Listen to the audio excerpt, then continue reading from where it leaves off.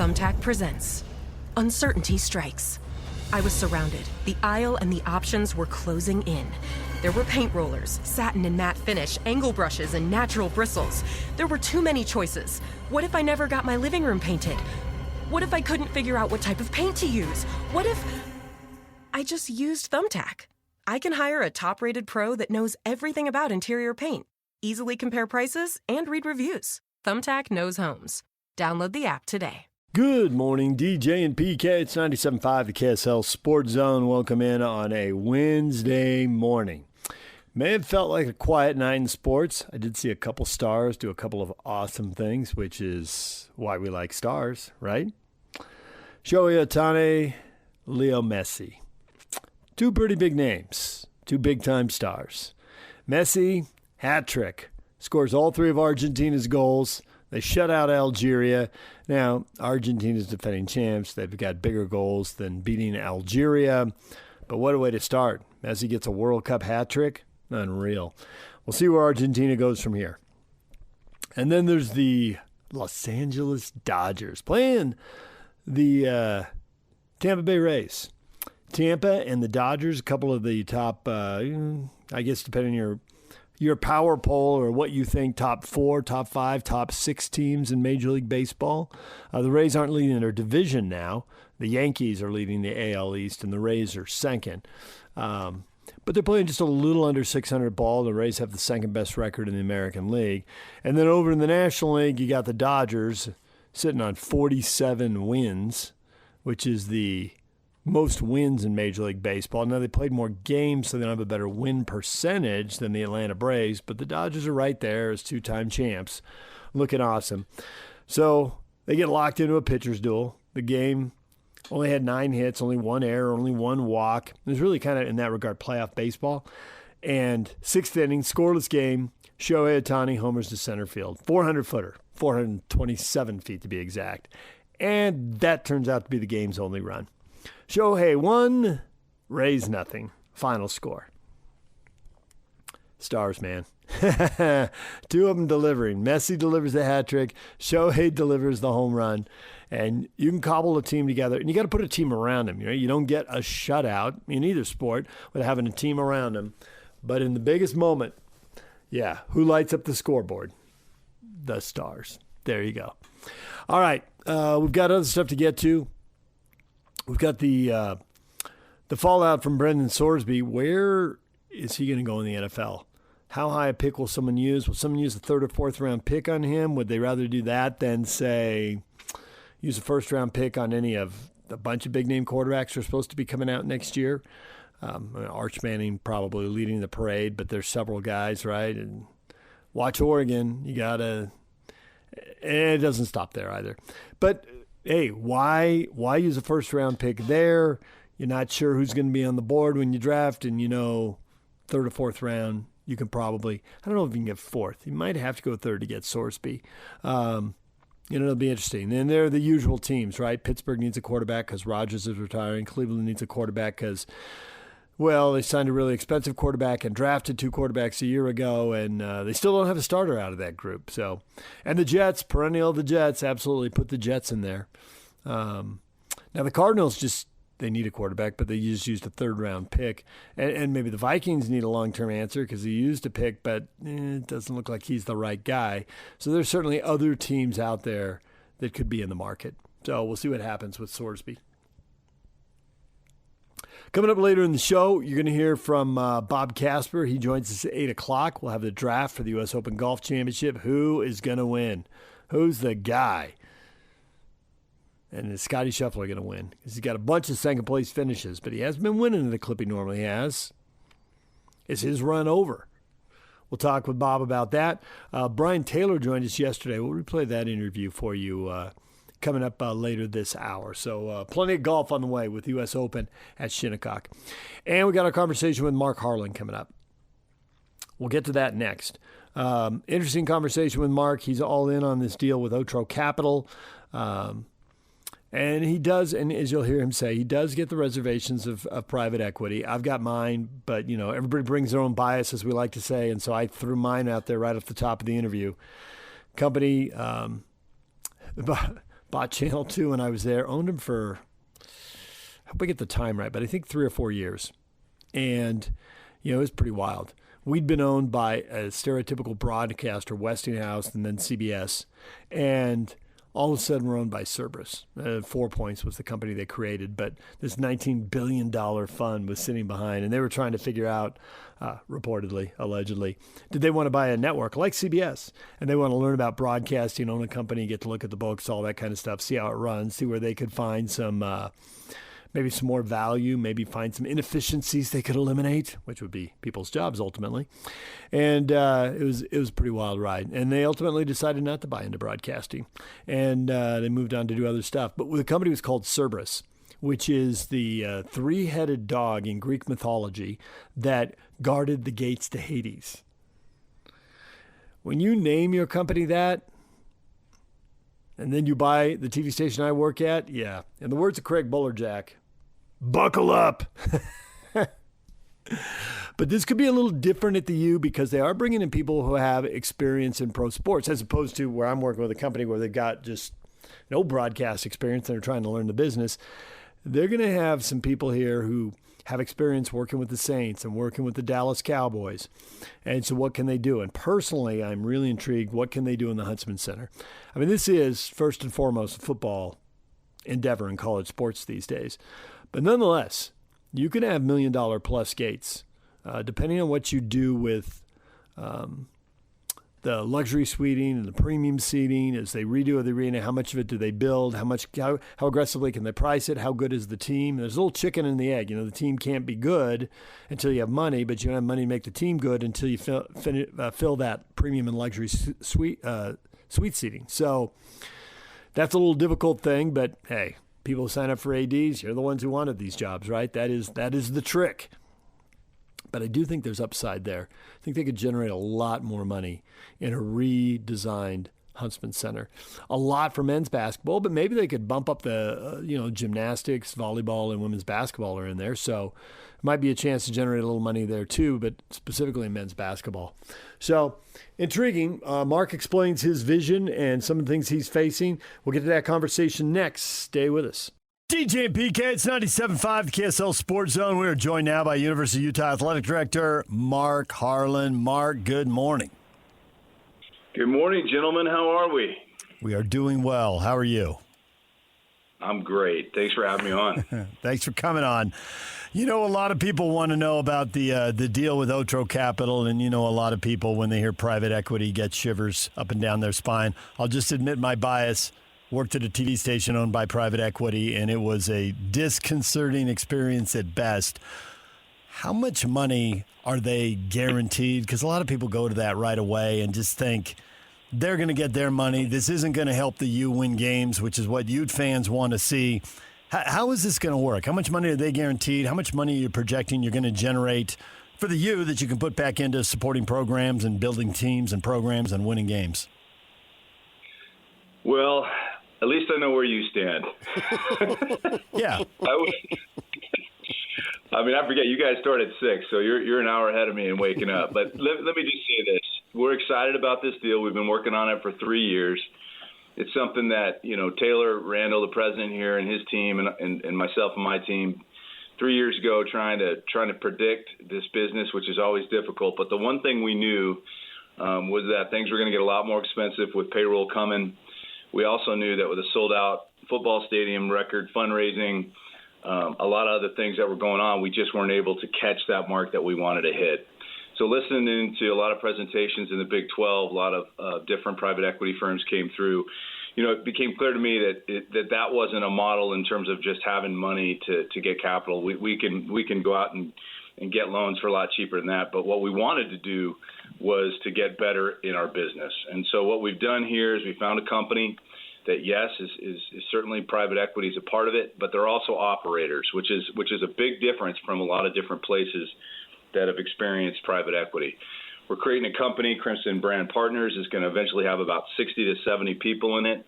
All our revenue operators from athletics, the ones that are interviewing with them now, the ones that are coming in are going to create a new company for us. It's going to be greatly helpful. Yes, there's upfront capital, that's coming into us. But the most important thing that I'm focused on is how we can obviously figure out the different ways to combine the university's overall corporate program along with licensing, concessions, all the things that really weren't a part of athletics, now all coming together with our revenue streams and our revenue staff.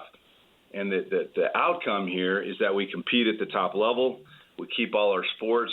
We have a strong NIL program, and we just get better. I'm not going to get into the financial details of all of it. I know that that's folks want to hear that, but rest assured, we spent a lot of time negotiating this, looking at the value, and at the end of the day, we've created an asset for our revenue here in the new company, and we'll be able to monetize that going forward.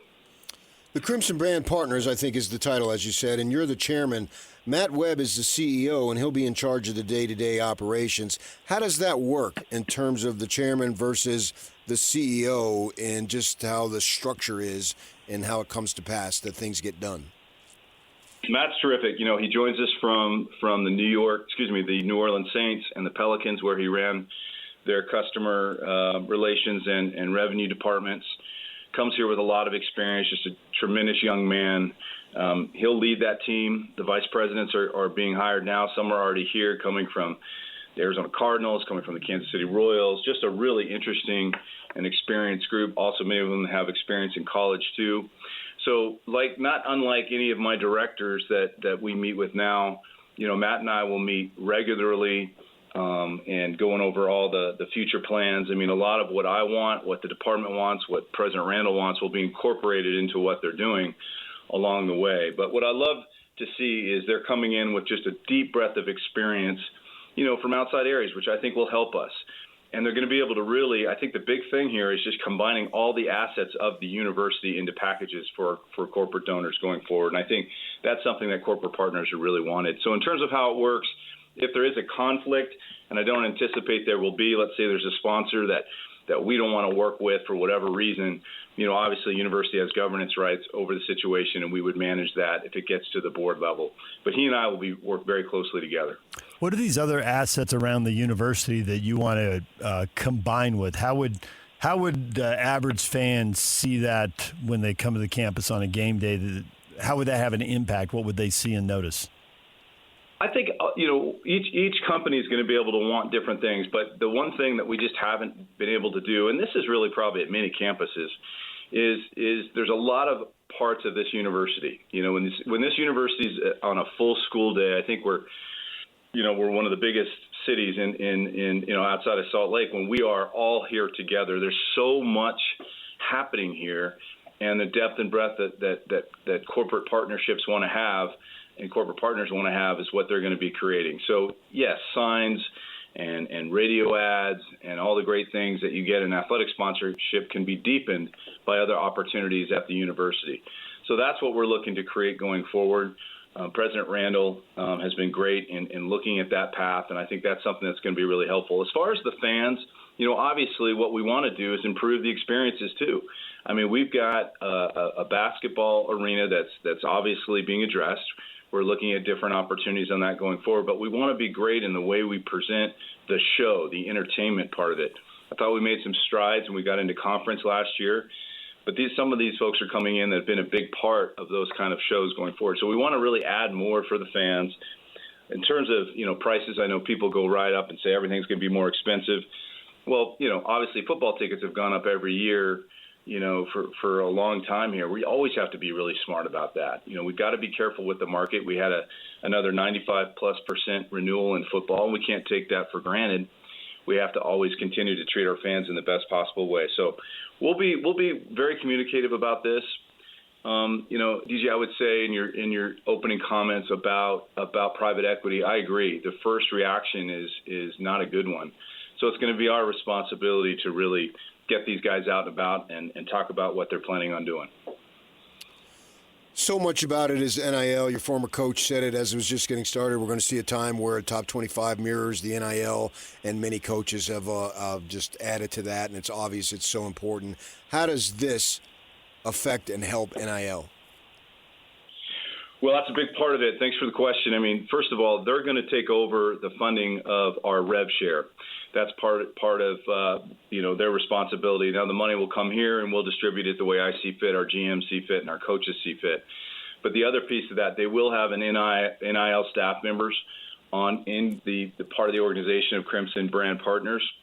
And my expectation, and something we've talked a lot about, is our student athletes appear in these deals, and they're authentic, and allows us to get more branding of our athletes, across the city and the valley in general, perhaps the state. So that's something that we really want to do. These guys are experts in this. They've worked with a lot of NFL and NBA players and helping them with different deals. So we're working with a group that spent a lot more time in the pro space. So I think that they're going to really help us in a lot of different ways. We've had massive improvements this last year in our structure of NIL and the things we've been able to do, and I think this is only going to add more to that going forward. As far as structure, I had a manager tell me once, you're talking about sales staff and adding people and subtracting people, all that, and he said, it can never be big enough. He said there's 25,000 licensed businesses just in Salt Lake County. None of the surrounding counties, just Salt Lake County. He says, and you get sales staffs in the media, and you could have 6, 8, a dozen people on a team. 20 would be huge. And he said, even if they're knocking on 3 doors a day, which is an unsustainable pace, 60 in a month, like, you can't knock on all these doors. How big, as you bring in another company, how big are they? How many doors can they help you knock on? Because it does seem like there's a lot of business out there, but there's only so many hours in a day to try and contact all these people and connect them to your product. Well, I think one of the things that we have to do a better job at is getting deeper relationships with these sponsors. Sometimes it's not so much about the quantity of doors you knock on, but the quality of the doors that open. Yeah. And what kind of sponsor do you want to have? It doesn't. I don't want to say less means more, but in the case of corporate partnerships, sometimes it can be that way. And I think now we're going to open up the available assets in a different and more profound way. That I think it gives us a better chance. And certainly, as you look at our friends, down with Ryan's team down there, I mean, they've got some They don't have a ton of sponsors, but they have a lot of quality sponsors, and that's something that we're really aiming to do. High-level, deep partners that are invested in the program, and a win-win relationship for each. And I think we've got a lot of those here, and many of them we're really, really proud of. I just think we need to do more, and I think that this system allows us to do that. Talk of guys and the reduction of workforce, and when I say guys, it's gender neutral, obviously. I'm just wondering, how many positions do you think are going to be eliminated from existing employees? So we moved, about 16 of these positions that are currently in the athletic department. Those positions are moving into Crimson Brand Partners because those are our revenue producers. Those are our brand enhancers. Those are the folks that are involved with some type of revenue generation outside of philanthropy. Philanthropy will stay with the athletic department. So those people have the opportunity to interview with the new company, and that's the process that's undergoing now. We have a lot of great people, and I suspect many, if not most, will be a part of Crimson Brand Partners going forward. Do you think other schools are going to do this? Because certainly one of the hits the U has taken here is they're doing it. It's because they're desperate. Nobody else is doing this. It isn't a great idea. Blah blah blah. You know the deal. I mean, are other schools? I don't agree. I don't agree with that. Okay. I don't mean to interrupt you, but I don't agree with that. I don't think that's the feeling. I think maybe that's what you feel, but I don't feel that is what we're hearing. I think people are looking at this as an innovative approach that we've been working on for 3 years. Doing nothing was not going to work, right? I will say that come January, when everyone's reporting how much it costs with the first year of revenue share going on, they're going to be looking at the schools that decided, you know what, we got to be bold, we got to be different, we got to figure something out that works for us, and that's what Taylor Randall and his staff and all of us here were able to do. I've probably received no less than 30 to 40 phone calls from presidents and ADs asking how we structured this. How is it that you can get better? Talk to me how you're going to do that. So I don't think we've taken a lot of arrows. I know we certainly have taken some, but I would say it's the opposite. I think a lot of people have been impressed at what we're trying to do, and I think it's our job to go out and try to make sure people understand that. And now that we've signed it and now that people are arriving, that's what we're going to do. During this 3-year process, as you say, How many other companies did you research, investigate, interview? I don't know exactly what would be the right word, but I think you get the point. Talked to a lot of companies, and a lot of them didn't have the kind of operational expertise that Otro had. You know, it was formed by guys that were operators. You know, one was the senior vice president for Jerry Jones and helped build the stadium there. He then went to the Cleveland Browns, became the president, and he hired some people at the Cleveland Browns. And then this group kind of all came together and were able to form a company because I think they saw that their operating experience along with equity could really help companies. And we studied the ones they work with. We talked to people that were around them, and we felt that these guys were a great fit. And then we got to know them, right? When you're learning and listening and going through the process that we went through for so long. I went to New York multiple times. They've been out here multiple times. You just realize that these guys are a great fit. And I think, again, once people in the community get to realize who they are and what we're all trying to do here is make the Utes, sustain the greatness that we've been able to do, I think people will understand why we did this. But we talked to a lot, PK, and I think these guys really show that this is the kind of group we want to partner with. Facilities are just so important, and PK and I were doing the show in the Delta Center when it was remodeled the first time, and it's going to go in another one now. And I'm sure you've probably had conversations with people around Florida. The only reason you invest $1.45 billion in a stadium remodel at the Swamp is how much money you're going to generate down the road. They must be thinking it's going to be transformative. How important is the Huntsman Center remodel to what you're doing, and how involved will Otro Capital be in that? Because it does seem like there's a lot of potential to be unlocked there. Yeah, the Huntsman Center you're exactly right. I mean, it's historical. It's incredible, the moments that we've been in there, but its time is getting to that place where it doesn't work for everyone that comes in there. And so where we are in that process right now is an RFP went out from the university about 6 weeks ago, looking for kind of a design team to help us do more feasibility work. Because once the decision was made, let's really make all our efforts into putting it in the same place, really recognizing that a remodel in there could be the best path. We want this group to come in and really take a hard look. Can we remodel, or do we need to rebuild? And that group is underway. Populous received that work, and they are, and VCBO, who's a local firm, they are working together right now as we speak, looking at that in a really, really deep way, from deep engineering all the way through different aspects of the building. Once we have that, the university will get back together and we'll start going forward. As far as Otro being involved with that, that's not part of any contractual obligations. We know that these guys are experts. They've done a lot of buildings, and so they'll be really helpful in those conversations, but they're not contractually involved in that project as we sit here today. But I know they'll be helpful. The story of the day also, obviously, is the Texas Tech Brendan Sorsby thing, and I always thought deep down there was no way he was going to play, and I was hoping that the thing would get done as soon as possible, so when we go down to Texas here in a couple of weeks, we're not hijacked. We can actually talk football rather than all this other stuff. So from your perspective, I would imagine you viewed it as, at least I did, as a possible headache, and I would think that you're satisfied now that this headache is gone. Well, I think the whole week was just really disheartening, to be candid. I thought from the moment, the moment that I could even go back further when Texas Tech sent the letter out saying they were going to support, him in the appeals process was a head scratcher for me, on something that is a line that should never be crossed. There's a lot of things we can argue about outside the lines, and we certainly have been doing that as an industry for years now. But within the lines, performance-enhancing and drugs or gambling certainly come to mind. So I think from that moment on, I think where I was just really thrown was when the judge ruled the way he did. Never thought in any kind of way that would happen. And so, yeah, it's been a tough week for the league. There's no question. I saw the news last night. I was at an event when it happened. I read it like everybody else. I don't have a lot of details. I really appreciate Brett Yormark for his leadership on this, his clear stance on this, and keeping us very much informed.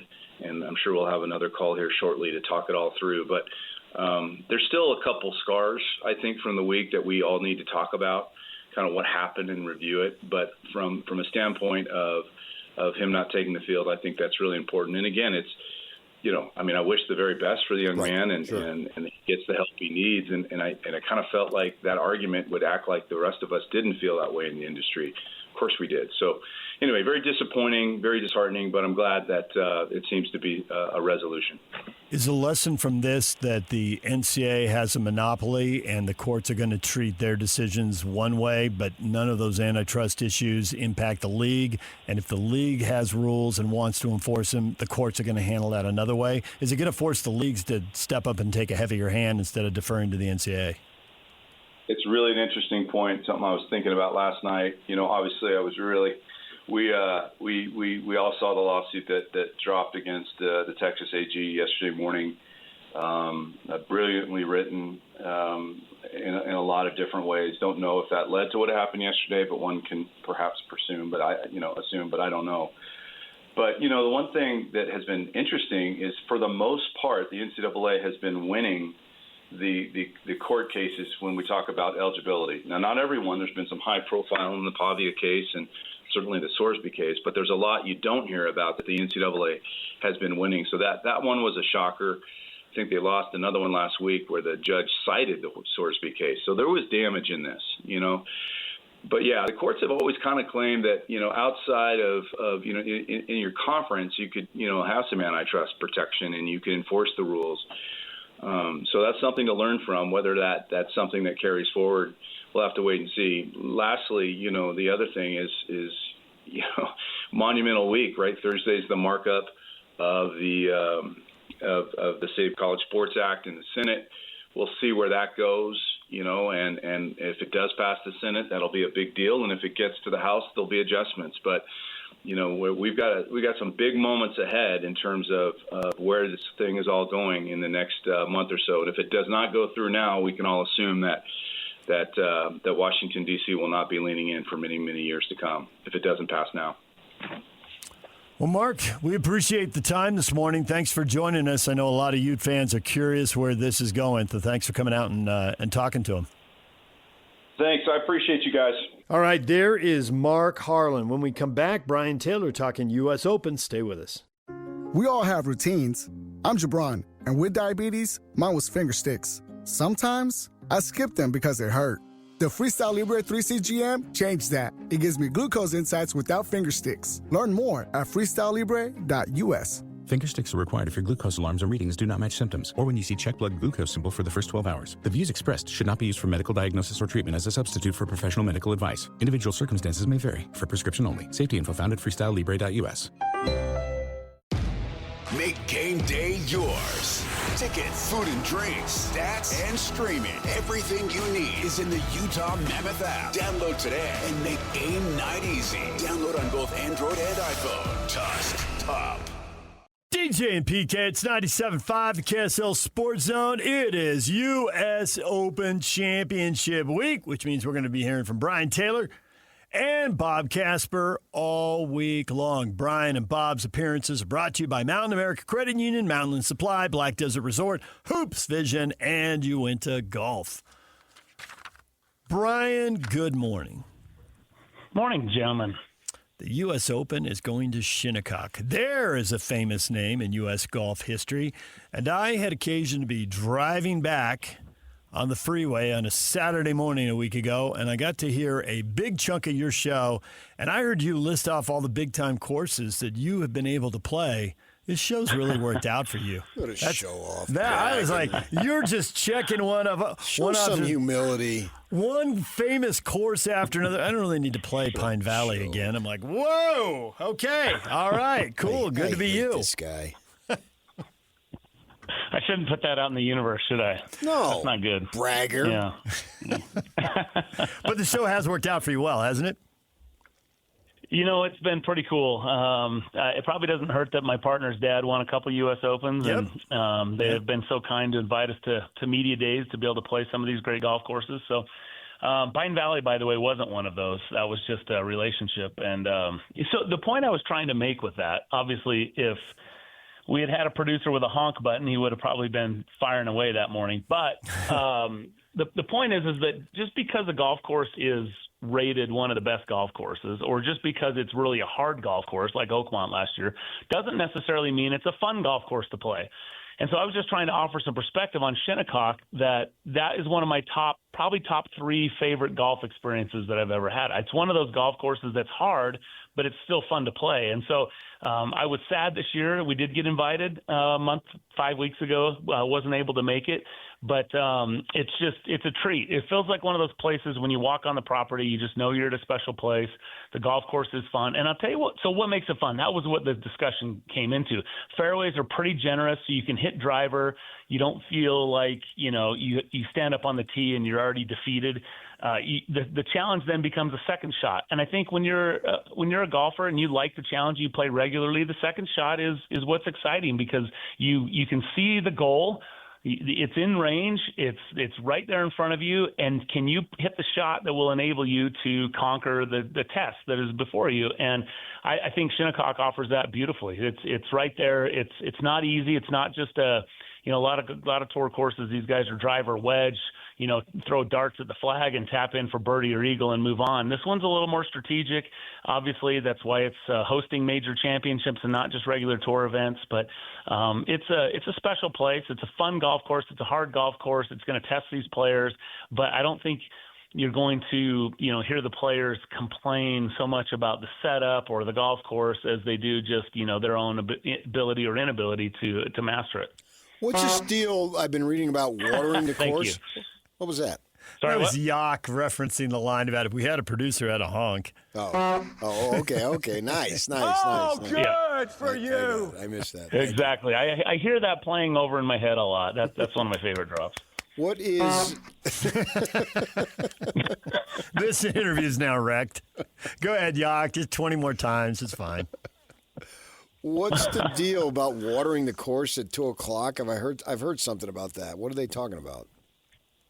So what's interesting is that the weather, because of where this sits in between the bay and the ocean, and it's fully exposed links-style golf course, one of the finest links courses the U.S. has to offer. Scotland's over there saying, "Wait a minute, but look, this is one of the best. Long Island is just such a gem."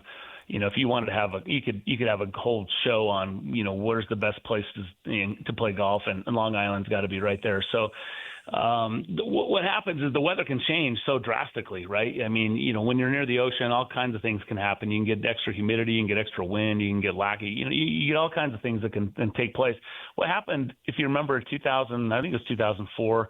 When Retief Goosen won, they actually lost the golf course in some ways. Like they had to water the 7th green in between groups because balls couldn't stay. Yeah, you remember that? That was weird. Look, the guys out there, controversial. Literally a dude out there with a hose, just like Dad was yelling at him to go water the lawn. That's exactly right. Yeah. And Johnny Miller was on the radio or on the television. He was freaking out. Like this is something you don't do. But the golf course, I remember that year we were with Mike Weir. He's a recent Masters champion. Go ahead, honk it. And he was on the putting green, and he took his bottle of water and he just poured it on the putting green, and it rolled off like he had sprayed, some sort of like, you just waxed it. None of the water would seep into the putting green. It just rolled off, beaded and rolled off, and it just was really dry. And I think what they learned, the USGA made a shift that year. Although Phil Mickelson double hit a ball while it was rolling, even 10 years later when he played there, just because he was so frustrated with how fast the greens are, and some people complained about it. But what happens is, back to your original question, when the wind gets up and it blows, it changes throughout the day to where they could lose it. And of course, the USGA wants to keep this thing on a razor's edge. They want it to play as hard as it can possibly play within the bounds of the setup of the architect. And so, given that they are pushing those limits, if the weather dictates it, they're going to put some water on it, in the afternoons, just to keep it to be, somewhat consistent from morning to afternoon. That's a little unusual, but I think that's the kind of, where this one sits. And you don't want to lose it. Gosh, watching Retief Goosen, I think he had 11 putts on the back nine on Sunday. It was unbelievable. Phil Mickelson and Fred Funk were also, I think, a group ahead of Retief. And it was, so you look at that, like Retief Goosen, not a bomber, but just a great ball striker straight, not necessarily known for a great putter, but he had a week. Phil Mickelson, bomber, Fred Funk, straightest driver ever in tour. So you look at that, and so many different kinds of players can compete. You look at Tony Finau was in contention last time. Brooks Koepka won, both bombers. Tommy Fleetwood shot 63 on Sunday and lapped the field and came up to finish in the top 5 or 3 or 4 or whatever he ended up finishing. So again, different styles of players still have the opportunity. Corey Pavin won here, right? Again, kind of more of a Tommy Fleetwood, Fred Funk type of player. And so I think it's just cool. It's a cool golf course. And hopefully the conditions aren't the story, and it's the play of the eventual champion. One thing I love about your show is I love the caddy. Sometimes he comes on and just tells great stories and really takes you behind the scenes. And other times, and it was this case, he really gives you real insight. And I thought it was really interesting when he said the greens are just they're a fraud, they're a lie. Don't trust your eyes on what you see on TV. When he said 50% of the green area doesn't hold the ball. The combination of the fast and how the slope, can be a false front or back or side.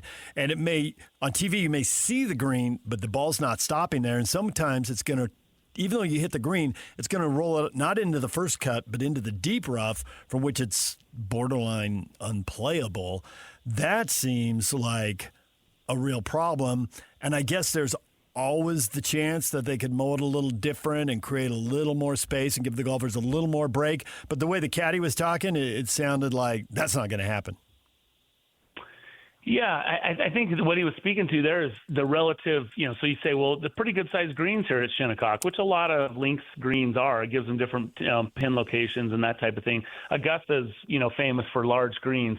But what I've learned over the years in talking to players at the Masters is it's very, very rarely do they ever actually fire at a flagstick at Augusta. In order to get it close to Augusta, you got to hit in a different spot, let the slope take it to that place. There's really no way of just throwing a dart at Augusta. And I think that's pretty similar to what he's saying here. So pretty big green surfaces, but if you don't hit your spot, it could land right next to the hole. I think Pinehurst is a little bit this way as well. USGA loves this kind of thing. It just requires a lot of accuracy and discipline when you're coming into these greens. And so I think that's why you're seeing Pinehurst as an anchor site. I think you're going to see Shinnecock as one of those as well. And it's one of the original founding clubs for the USGA back in the late 1800s. So, that's what he's speaking to is sure, hitting the green or landing your ball initially on the green is a goal for sure, but trying to get it to stay there and give yourself somewhat of a makeable putt is a whole nother story. And so these guys have such control over their golf balls, right? I mean, that's what you don't really realize as a recreational golfer. We love to go out there and you hit it on the green. We were at Black Desert yesterday, and the greens, because of the 100-degree weather, the greens are really, really nice and they roll, but they're pretty sticky and they're relatively slow compared to what you would see in the fall when the tour comes to town. Balls,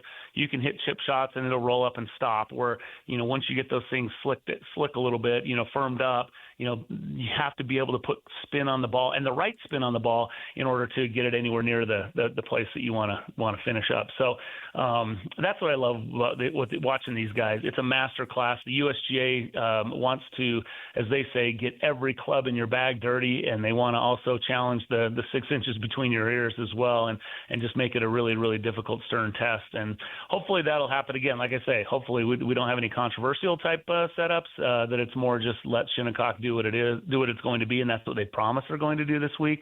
But it's this one's, a lot of the guys I talk to, they're like, this one's ready. All you have to do is just change the pins and put USGA tee markers on the box, and it's ready to host the U.S. Open at any time. So that's the kind of course we got this week. I was thinking about going, Brian, but then I see footlongs are $19. That's out of my price range. Well, but the good news is you only really need to eat half of that, so split it with a buddy. $8.50, you're in. I don't know if you've done the math, but $8.50 is not half of 19. Or $9.50.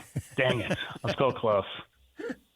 So close. That's why I was a communications major and not a math major. I could never do it. Come on, the bad math deserves a honk, Yock. There we go. But the good thing is a Corona Premium is $12.95, but a Corona non-alcoholic will save you $1. That's $11.95. Who's drinking non-alcoholic Coronas? I assume you, Brian, but I guess I was wrong. I'm not drinking that. No, So you're drinking the Corona Premier? I'm not drinking either Coronas. I mean, you're either drinking Corona or you're not. That's the way I would look at it. Draw a line in the sand, Brian. I'm not a beer drinker, but if you're going to drink beer, I think you drink beer for a reason. Not because it's refreshing. It's not less filling. It doesn't taste great. There's a reason. What is the reason? Just taking the marketing guys to town. It's not less filling. It doesn't taste great. All right, what's the reason then? John Madden gonna come. You need to manufacture some enjoyment. If you need that, go for it. But it's not. I mean, if you're not going to drink the Corona, have a lemonade, for crying out loud. Jeez. Have a Coke. Okay, lemonade though. And a smile. Sun Cruiser pink lemonade is $14.45. So now I'm paying almost $2 more. So really, you decided you're going to go to the U.S. Open in the Hamptons. Yeah. And you're complaining about $12 drinks. Okay. I mean, maybe this one's not for you. Well, PK. but I wasn't golfing at Black Desert. We were there yesterday. No, I wasn't there. I can maybe afford Dixie Red Hills, but you're golfing at Black Desert. That's right. And you know what? And you should be at Black Desert because the drinks are included, except for the Coronas. You got to pay for those. Yeah, I can't afford it. If they were included, I would go.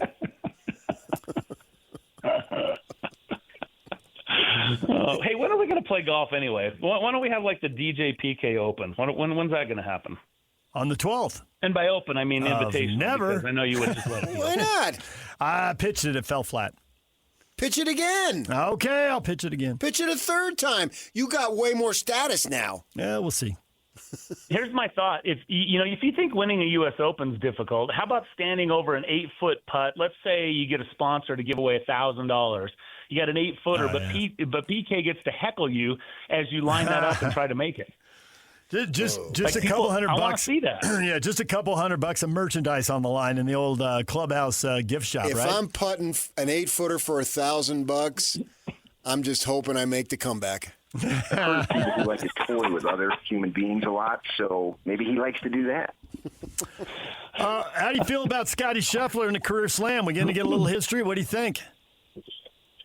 It's been kind of an interesting few weeks on tour. I mean, you've got Aaron Rai winning the PGA Championship. I mean, I know we all predicted that. JT Poston won recently. Bud Cauley got an emotional victory Sunday. You've got Wyndham Clark sort of resurrected his career at the Byron Nelson. So, like, it hasn't exactly been, sort of the who's who since Rory won, the second of his two Masters, I guess. And there's that math working again.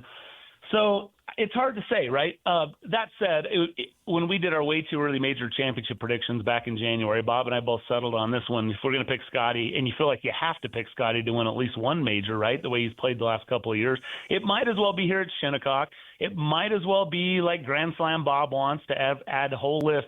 Bob wants that Grand Slam club to be jam-packed with people by the time we're done with this show. Yeah. And so he's rooting for that. But I really think, look, Scotty turns 30 on Sunday. There's a lot of really cool storylines that go along with that. He definitely hasn't been peak Scotty Scheffler this year. And yet when you say that, I think he's got like 5 runner-up finishes in the last several starts. I mean, he's such a good player. His stats are all still right there. Putting is good. Driving is good.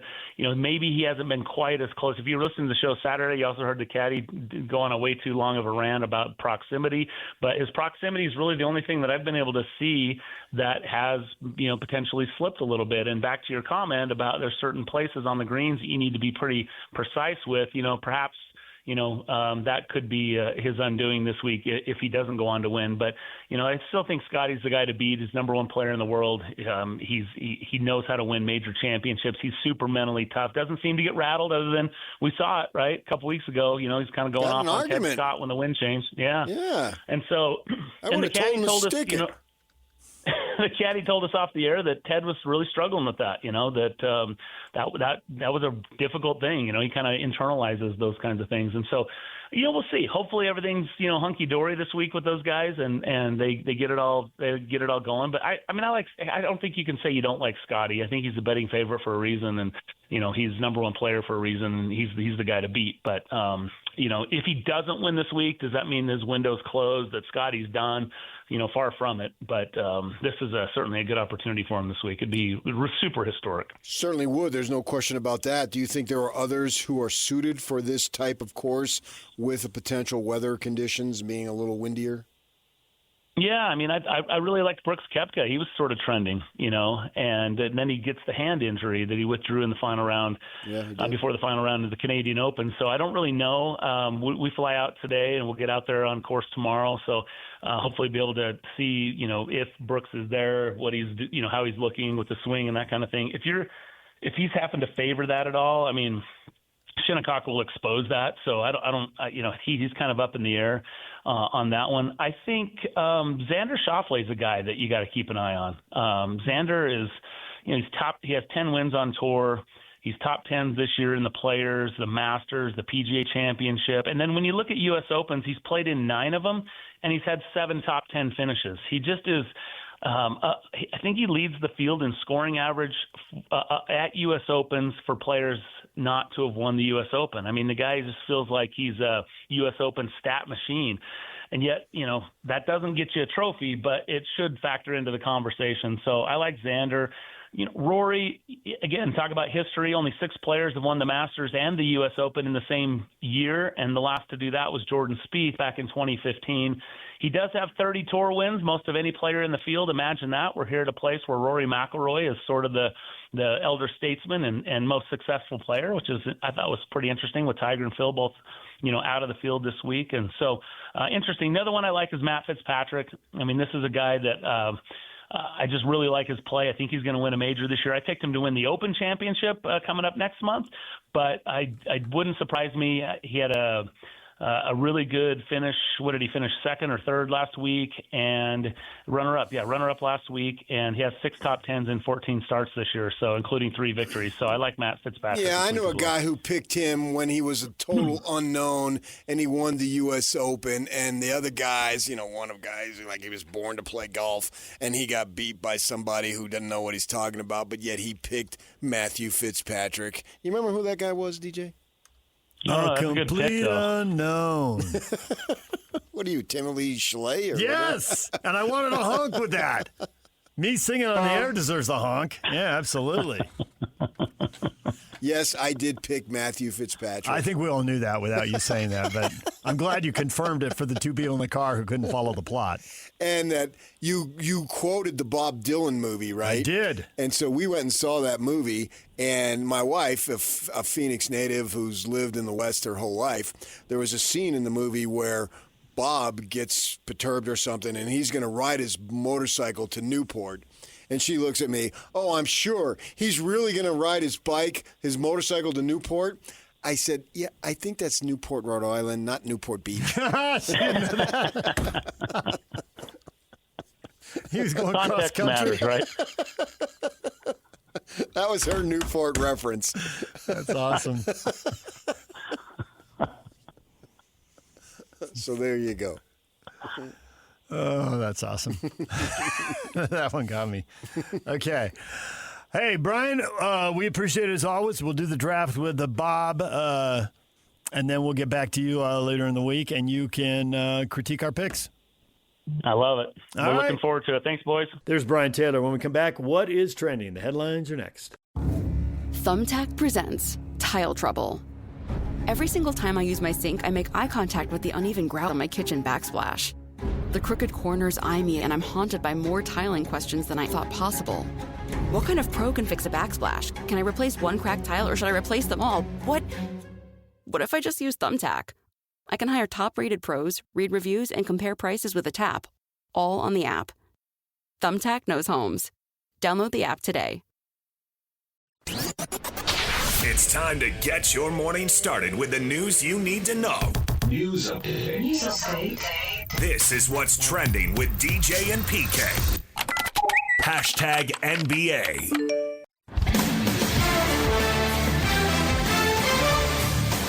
I think LeBron's intention is to play, and I think the focus right now is making a deal with the Lakers. And right now he's allowed to negotiate with the Lakers, and I believe they are negotiating. I believe they're going back and forth. Free agency begins in 14 days. And in the next 14 days, I think he's going to try to make a deal with the Lakers.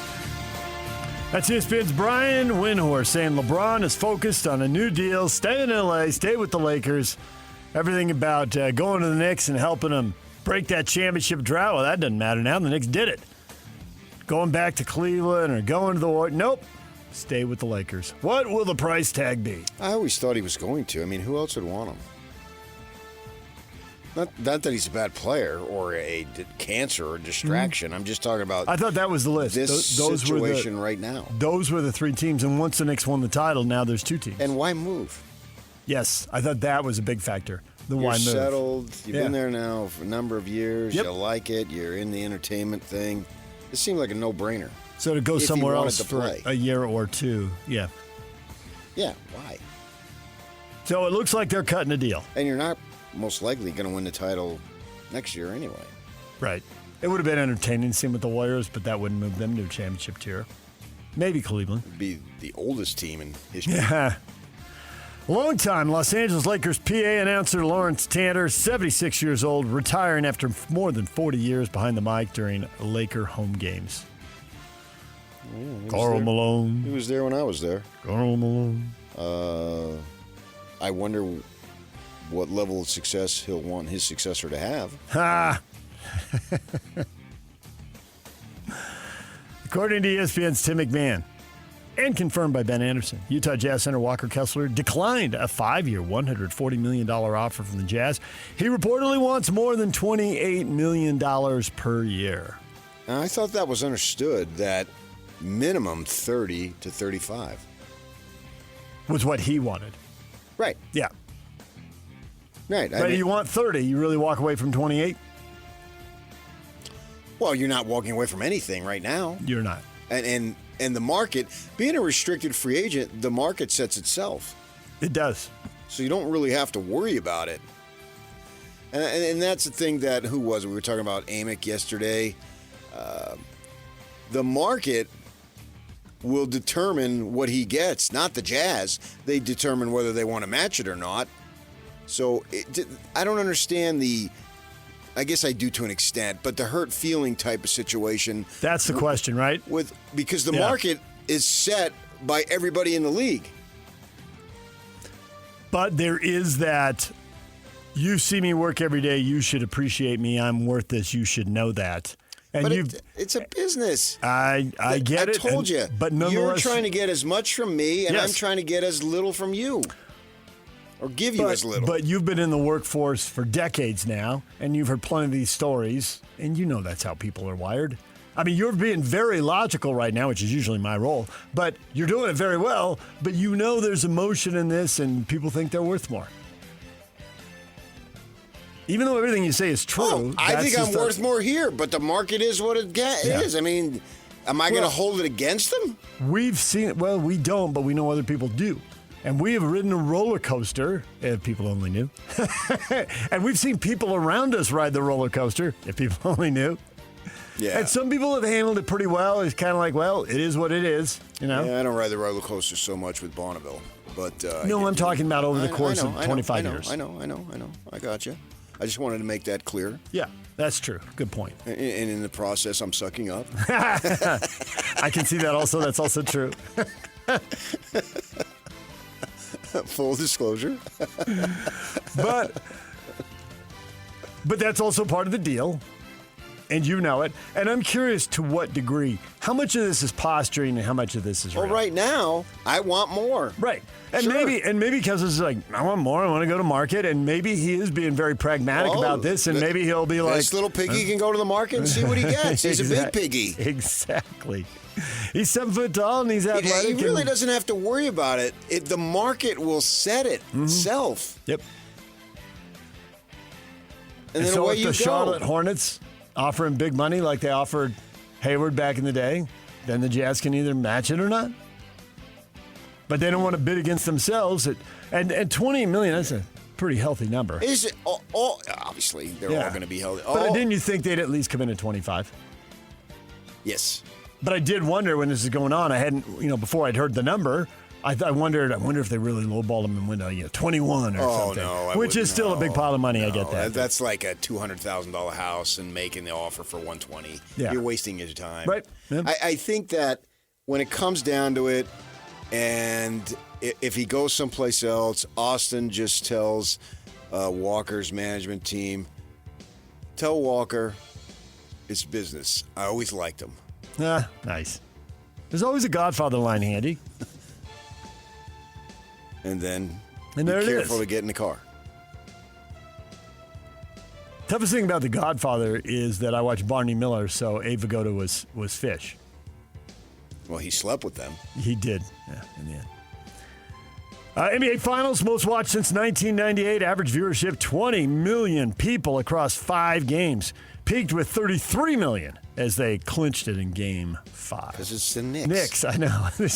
Tell me how many people are in the tri-state area, PK. I see 15, 20. Not to mention all the New Yorkers that, due to work Florida. or whatever, have spread around the country. Yeah, Florida for sure, right? Yeah, I would think if you saw market-by-market numbers, I wouldn't be surprised if there were big numbers. Well, yeah, in Florida. I mean, having lived back there and still have a stake in it, Florida's like heaven. Everybody going to Florida? That's assumed. Like here, St. George, you going to St. George? Right. Well, there it's millions upon millions. You going to Florida? So, yes, up and down that entire eastern But there's seaboard. there's a ton of New Yorkers in D.C., and they're everywhere. Yeah, I've ton got of New Yorkers in L.A. I've got probably 20 to 25 relatives who've been relocated for unmentioned reasons in New Mexico. The shot of them walk out in the slippers, pick up the newspaper at the end of the driveway. Oh, God, Goodfellas. Yeah. Didn't have a Godfather for you. But Second Goodfellas. best, well, third best movie, mob movie. Second best is the Godfather 1 and Godfather 2. Yeah, okay. And then Goodfellas. I kind of count them as one. Sure, I see. Yeah, I but- get it. But technically they're not. So yeah. Casino is fourth? I don't even know if there is a fourth. You can, I haven't. Those are others receiving votes. Nice. All right, DJ and PK. #NFL. He'll clearly be ready in time for training camp. I think he's going to be full by the end of this month, and yet it's good to have him out here in uniform. That's Sean Payton, Denver Broncos coach, saying quarterback Bo Nix ready to go. He had surgery in April to remove bone spurs from the right ankle that he fractured in the AFC divisional round last season, but Bo Nix expects to be a full go next month. Good. Put the Broncos right at the top AFC contenders, maybe alongside the Bills. Well, alongside. Yeah, alongside the Bills, on the top tier. I'm not ready to rule out the Chiefs in the division, and the Chargers are still on the come. So it's not like they're the overwhelming favorite, as maybe the Chiefs were a few years ago. I'd agree with that. And also, it is hard to be the overwhelming favorite in the NFL because people get hurt all the time. And obviously, the Broncos' championship odds changed dramatically when Bo Nix got hurt in the divisional round. So, but the arrow's been up for those guys here. It's trending well, and I would expect it to trend well for them this year. Well, Sean Payton, he's an excellent coach. Right. Because he's been trained by Bill Parcells. See? Don't you think that the greatest coach of all time, Bill Parcells, moving from the Knicks over to the New York Football Giants, don't argue with me. With Harbaugh coming in, what Peyton did with the Broncos and what John's brother Jim did with the Chargers, isn't the arrow up for the Giants here over the next couple of years? I think it would be up no matter who was the coach. Because they got the QB, they got the running back. But I think the fact that it's a veteran coach who always had Baltimore in the mix. No question. I suppose I can't say that completely because they could have got some ding-dong, but they didn't, obviously. Right. So, sure, yeah. And Dart has to stay healthy. He does. And then he's got to be smart. You can be tough, but you got to be smart. And he's tough. Former Texas Tech quarterback Brendan Sorsby expected to formally apply for the NFL supplemental draft as soon as today. Current projections have him as a day 3 pick, so that would mean the grade right now says he gets selected somewhere between the 4th and 7th round of the supplemental draft. Got there on ESPN, they're going to have Pro Day July 10th. But I was listening this morning and listening yesterday. I was listening to Neuheisel yesterday, and he's a quarterback guy. Coach quarterbacks in the NFL, I believe, for Baltimore. He's saying he's a first-round talent. And then the College Sports Network, where I've heard Trammell on driving in. He was, I forget the guy. I think his last name was Miller. He was saying that if Sorsby came out this year, at the draft that just happened a couple months ago, that he would have gone 2 seconds. Yes, I've heard that multiple times. Yes. So, but the thing about it is, the way this works, whatever round you take him in, that's the pick you lose. So would teams that they were talking about, the Cardinals, Brissett is holding out, and they got Carson Beck, the kid from Georgia / Miami, is I think the 3rd round, if I remember. I'd have to double check that. Is he really their guy that they think? So do they take a fly because they can get Sorsby now and get him? He's not going to play this next season anyways, but get him into the facility and get him trained and all that stuff. But do they gamble and think, oh, somebody won't take him, so we'll wait? I mean, I can't imagine if he's available on what we would call the 3rd day. I think somebody takes him early at that point. I thought 4th round was as low as he would go. The thing is, now that it's gone this far and you're assembling your team, you're trying to analyze next year's draft, and there's supposed to be a bunch of quarterbacks that are coming out, and a bunch of them are good. Do you want to use a 1st-round pick on him now? If you could say, if you really believe that rounds 4 to 7, and I can't believe it's after round 4. If that's true, they got to be talking about the 4th round. Would you use a 2nd or 3rd rounder to get a quarterback, knowing most teams are going to use 1st? And if there's a run on quarterbacks early, now you can go out and always get something. I know, early. right? But see, and you get a team like Pittsburgh, who's either going to get into the playoffs or come close to getting into the playoffs.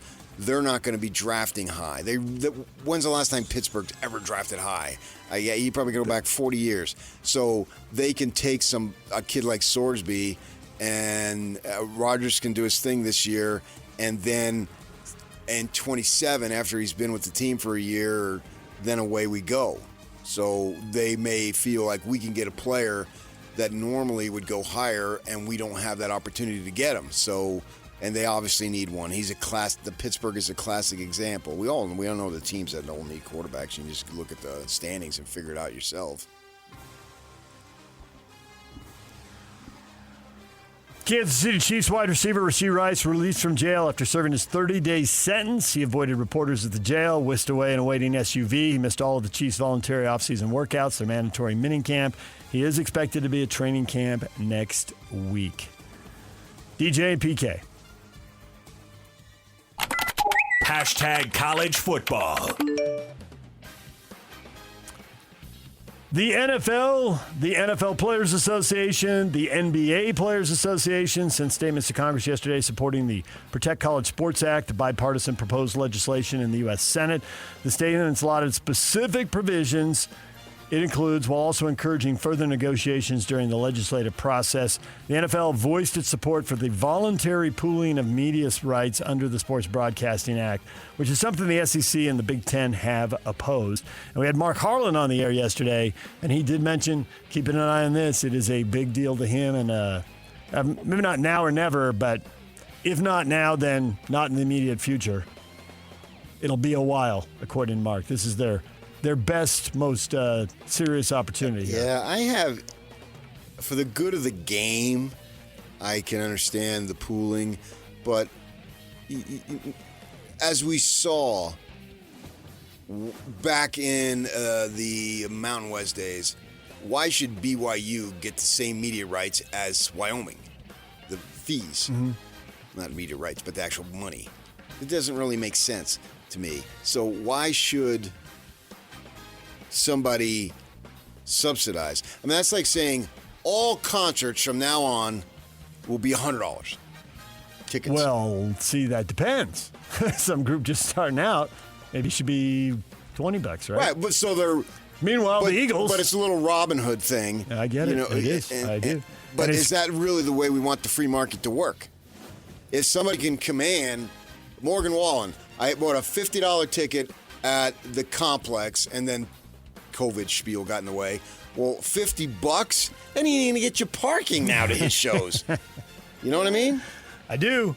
I do, and it's always crazy. How do we want the free market to work? And these billionaires, who the free market has worked quite well for, or they wouldn't be billionaires, are now totally into socialism. Guarantees them money, and there's really no way for them to lose money once they're in the club. So I'm torn. I like the 5 years. I like the one-time transfer.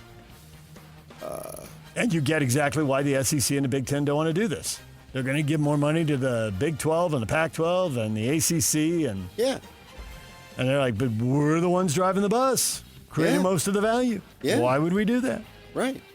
And that's why we're stuck here. But I understand it could be good for the game. Yeah. I just don't know that I like it on principle. Well, and they talk about it's bipartisan, which is something we rarely hear now. But don't you think it breaks down to, okay, let's use Wyoming as an example. The two senators for Wyoming are like, yeah, this will be good for the Wyoming Cowboys. Absolutely, and I can get out there and campaign on this. Meanwhile, the two senators for Indiana are looking at Purdue and Indiana and Notre Dame and going, what in the world would I – I'm opposed to this. Now, I don't know, but I assume the senators in those two states are all Republicans. Yeah, of course this isn't splitting across party lines. Follow the money, as Patrick Kinahan would say. Why would you assume that? What? Those states, whatever states you They're just red mentioned. states, Wyoming and Indiana. They tend to vote Republican. So I assume they have 4 Republican senators. I would have no idea. Yeah. Well, yeah, what I would say? What Sariana's saying on those first 2 words. Bleep that! You got to be you! Especially in leadership roles. The whole thing fits. Because otherwise, people are going to see through it. I think we see through politicians sometimes. All right, DJ and PK. Hashtag Major League Baseball. Here's a pitch swung on deep drive left field. Way down the line and way gone. 15 rows back lower deck.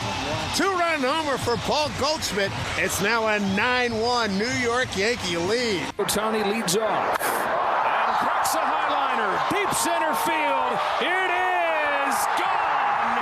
It just takes Ohtani to snap this pitcher's duel. The Stars do their thing. How about Shohei Ohtani? Solo homer in the 6th inning.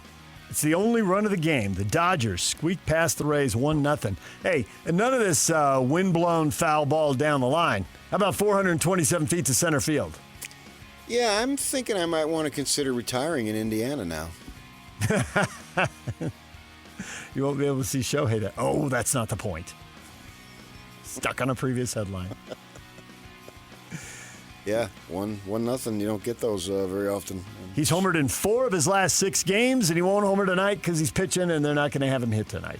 So that's home run number 15, which goes back to your point. He was just in the 50-50 club when he wasn't pitching, 50 homers, 50 stolen bases. Now that he is pitching, he's got 15. So on a pace, it'd probably put him in the mid-30s somewhere. Well, you're having a trade-off. Yep. And they know about that. So you're coming. They feel like they're coming out ahead. He can't win the Cy Young. Wally hits 50 homers. Wally steals 50 bases. He's not the bionic man. It's finally a bridge too far. Something Shohei can't I do. just think mentally it's too taxing. Yeah. To be able to do that, and with Glasgow and Shell, these guys have been hurt the whole time they've been there. They need him. Or Snell, not Shell. Shohei's on the mound today as the Dodgers and Rays play one more time. The Rays with the second best record in the American League, so this is a big-time matchup right here. And Shohei will be on the hill. Also in there, you heard the Yankees win again. There's the only team with a better record than the Rays right now. They are flying high. You impressed with what they're doing, even without the big guy? Yeah, I watched some of that game last night. The White Sox are, a great story this year, but yeah, That's had a it battle. going on. Yeah, battle of division leaders. The White Sox in first place down the Central, rolling. But for the for the Yankees, that's 7 out of 8. Goldschmidt's had a renaissance here at 38 years of age. Good for him. He's a good dude. The Arizona Diamondbacks signed South Korean two-way prospect Young Sang-yom. Did I even get close, Yak? Okay. No one will know. On a minor league deal, the 18-year-old high schooler plays shortstop. He's also a right-handed pitcher. He's considered one of the top amateur prospects out of Asia. And said he's going to focus on shortstop initially, but he's open to pitching for Arizona. Well, the Diamondbacks told him you're going to focus on shortstop. So we'll see. I mean, it's no surprise anymore when players come from South Korea or Japan, right? Well, those are the two Asian communities that are cranking out baseball prospects left and right. Yeah. We've long since gotten over the Latin American being a surprise. That's not even close to a big deal anymore. And I think it took a bit for the Asian player, but I think we're there. If they're good, they're good. Doesn't matter where you're from. Mm-hmm.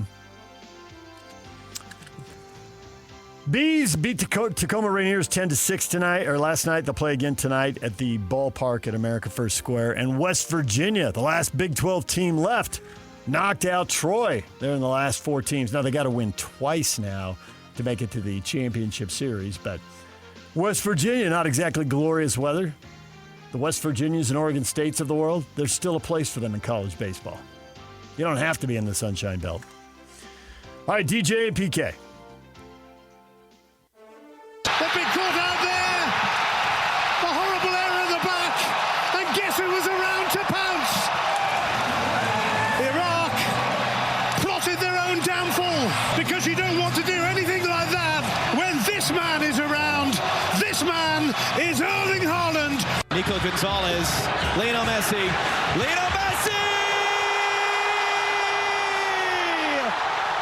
First career World Cup hat trick ties the all-time goal scoring record. Messi, just when you think he's done everything, he does one more thing. He gets a hat trick in the World Cup for the first time in his career. He scores all 3 goals for Argentina. They shut out Algeria. And Messi has one, just adds to the legend. One more accomplishment. They shut out Algeria? Algeria. And Norway cruises. Holland scores twice, and Norway rolls 4-1. So. Oh, wait, Holland scores twice? So the country's playing for Norway? No. Brad Holland? Spelled differently. Haaland. Oh. And the U.S. plays Friday? 1 o'clock Mountain Time. The thing that I don't understand is, how does Russell Crowe have time to make movies and coach the U.S. team? That is amazing, really, that he would be that good at 2 different things. Don't those guys look alike? A little bit. Mauricio Pochettino does look like Russell Crowe. He's got a little Russell Crowe. Mauricio Fettuccini, or whatever his name is? Pochettino. Fettuccini. England and Croatia, the big game today. DJ and PK. #NHL. Well, the news broke today. The Vegas Golden Knights announced that John Tortorella will not return as head coach. News broke during our show yesterday, late in our show yesterday. Surprising, since he came in with 8 games left in the regular season, took him to the Stanley Cup final. He wants to coach next year, but apparently they have been lining up their they got a guy in the minors who they've been lining up as the future. So Tortorella will go look for another job. Kind of odd, but there it is. Well, Torts. Yeah, that's an interesting and unusual story. To come in, get him to the final, and then you're out. Well, it's a little Utah football-ish, right? I mean, he's not there like Kyle forever, but nonetheless, he was there and he was having success. But they got a young guy they want to give it to, their version of Morgan Scally. So they're going to continue on with that plan, and Torts will go find something but he else. was only there for a cup of coffee at the end of the regular season. That part was different. But the players all had great things to say about him. It was all a list of just fantastic quotes. They love playing for him. Because they won. Yep. Generally why people keep their jobs, but Torts will be looking for something else now. Edmonton's still open. Give that a shot. NHL said the Stanley Cup playoffs this spring were most watched on record in the U.S., averaged 1.8 million viewers, surpassed the record set in 96, up 68% over last year. Cool.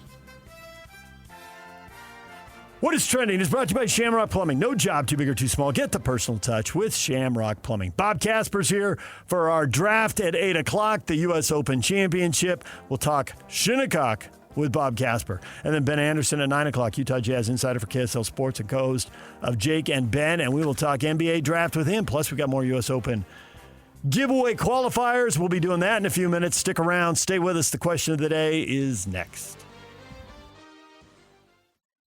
Turn it up. Let's go. It's It's a new era for sports radio in Utah. This is the all-new KSL Sports Zone. As always, DJ and PK kick off your mornings from 6 to 10. Then introducing the newest addition to the KSL Sports Zone. The coach, Tim Lacombe, joins Scotty G every day from 10 to 2. And as you wrap up your day, Jake Scott and Ben Anderson are there with the best sports talk in Utah from 2 to 6. Live and local, all day, every day.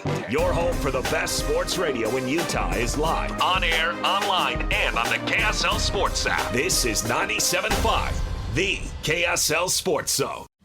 I sold my car in Carvana last night. Well, that's cool. No, you don't understand. It went perfectly. Real offer, down to the penny. They're picking it up tomorrow. Nothing went wrong. So, what's the problem? That is the problem. Nothing in my life goes as smoothly. I'm waiting for the catch. Maybe there's no catch. That's exactly what a catch would want me to think.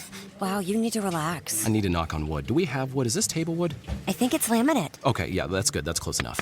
Car selling without a catch. Sell your car today on Carvana. Pickup fees may apply. The KSL Sports Zone and Beehive Meals are honoring people that impact youth sports in our communities. Nominate the youth sports volunteer you know for the Beehive Meals Hero of the Week. KSLSports.com/contest. And listen every Thursday afternoon to Jake and Ben for the winner. It's the Beehive Meals Hero of the Week. Question of the morning. Tony Jones, former writer for the Salt Lake Tribune, covered the Jazz for The Athletic. Now he's back in Philadelphia. But he still follows the Jazz and posts about them once in a while. And he posted the Jazz are torn between AJ Dybantsa, Cam Boozer, and Darren Peterson. What should the Utah Jazz do? Torn between two players. In this case, maybe three. No. You can only be torn between two, though. I never liked that song. Oh, no kidding. Too whiny. No kidding. So whiny. But I think I'm best when I sing when I am whiny, because that is the most over the top. I don't know that I've ever seen a manager more shocked than the morning you screamed out, "I kissed a girl and I liked it." I saw a manager in the hallways and what was that? I was like, they call it a show. and he paused, he froze, and then he kind of went, tipped his head sideways, kind of nodded like, yeah. Okay, and then he kept walking. Where were we? We were at Simmons. Okay. Because ultimately... Now you know of the three managers which one it was? He was shorter, and he worked upstairs in the corner. The big guy. It caught him off guard. But once I said, it's a show. I don't know. It's not scripted. Ultimately, obviously, they will only choose between two unless they trade up. Yes, because one will be off the board. But I don't really see any point in trading up at this point. No. Because you have to give up stuff you don't need to give up. So somebody else will make a decision for them, and then they have to decide between two. I believe that to be true. I kissed a girl and I liked it. That's it. That's it. So then that's A, it's a great problem to have, and B, it's sort of a duh. It is a great problem to have. You're going to end up with a good player. Usually the fear is you're going to end up with did we get a good player? There have been times you decide between going back Greg Oden or Kevin Durant. And nobody knew at the time. Yep, it's true. NFL teams have done it with quarterbacks. I mean, the whole Portland took Sam Bowie. Well, nobody was saying it that day. I don't remember what they were saying that day. And we're saying that. Later on, it became clear. Crystal. And so the point is maybe it'll be like that. Hopefully not for the Jazz sake. But that's right now it appears that it's good. And so you have to wait and see what Washington is going to do. And then I think for the Jazz sake, the Jazz have to go into this with probably 5 scenarios. For sake of argument, which is not a stretch, Washington can take any of the 3. Right. So you have to have 3 different scenarios there, right? And if Washington takes AJ, you have to know if you want Darren or Cam. That leads you to my other 2. So Washington, go on the assumption they could take, if they take AJ, then we do this or this. If they take Peterson Boozer or Peterson, so that's 3 scenarios. Yes. Once they get done with theirs, then you have 2. Do we take player A or do we take player B? So there's 5 legitimate scenarios that they have to research inside out, upside down. All of which you can figure out just by listing players 1, 2, 3, 4, which we know they do because we've seen handwritten lists before of how they list them out through 10. Right. So they'll have 3 different scenarios for Washington. Mm-hmm. And then they'll be ready to go, but it'll still be a crucial decision, no question, and it'll still be a little Isn't there nerve-wracking. Another scenario where they get a call from Team X offering Yeah, but you can't plan for that.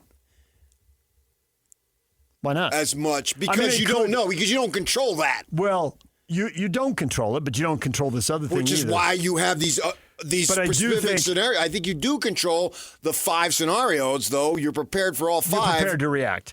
But you've had conversations, and the way the NBA works, whatever trade, isn't there a 99% chance that whatever trade, if someone calls and proposes something, right as everything's breaking, you've already talked about it. The odds of throwing someone it's not going to be brand new. It's not going to. The conversation is not going to originate at 6:10. By the way, what would you think? In 6 days, 6:10 p.m. I understand that. But I think that's highly unlikely because those teams around you aren't very good. And what do they have? And don't risk it. At that point, when DA did what he did, he was going like from 1 to 3. I don't know that you want to go to 2 to 4, 2 to 5, 2 to 6. Mm-hmm. It gets a little dicey there. I agree. So you have to be aware of that. But I would spend most of my time preparing each of those 5 different scenarios. The opportunity to get a really good player who has really good size, you got to stay in the top 4. After that, you're drafting a much smaller guard.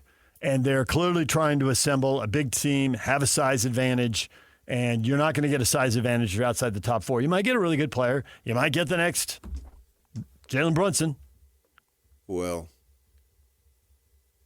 I think they'll have a tall team irregardless. I wouldn't draft somebody just to get taller. No, I'd I agree draft with somebody to get better. Right. But these 4 guys at the top can do both things. Theoretically. Like you said, there's still a chance. Right. Yeah. But I like the fact right now, with 6 days to go, that they are torn. Because that means it's like going to a great restaurant. It's like a chef. And they're making 3 outstanding meals, and it's not good for your health to eat more than 1. But you got to pick the one. Of course, you can come back tomorrow. So it was like me when I was deciding who to marry. You know what I mean? No. I had like 6 outstanding candidates. Mm-hmm. And I picked the best golfer.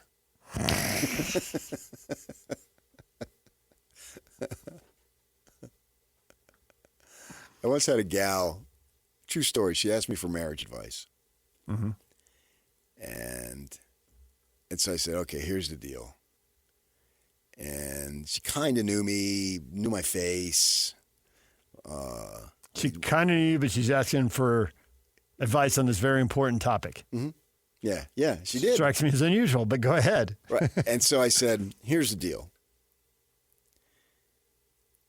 You got to have that physical attraction. Mm-hmm. And she's younger. Mm-hmm. And that's very important. Mm-hmm. Very important. No doubt about it. But eventually, looks fade. That's going to wane to a degree. Yeah. And you're going to be stuck with somebody. Mm-hmm. So that person you're stuck with, you better make sure if there's one person on the planet that you want to spend time with, it's got to be that person. If it's that person and you're physically attracted to him, the answer is yes. If the answer is no, then you got your answer.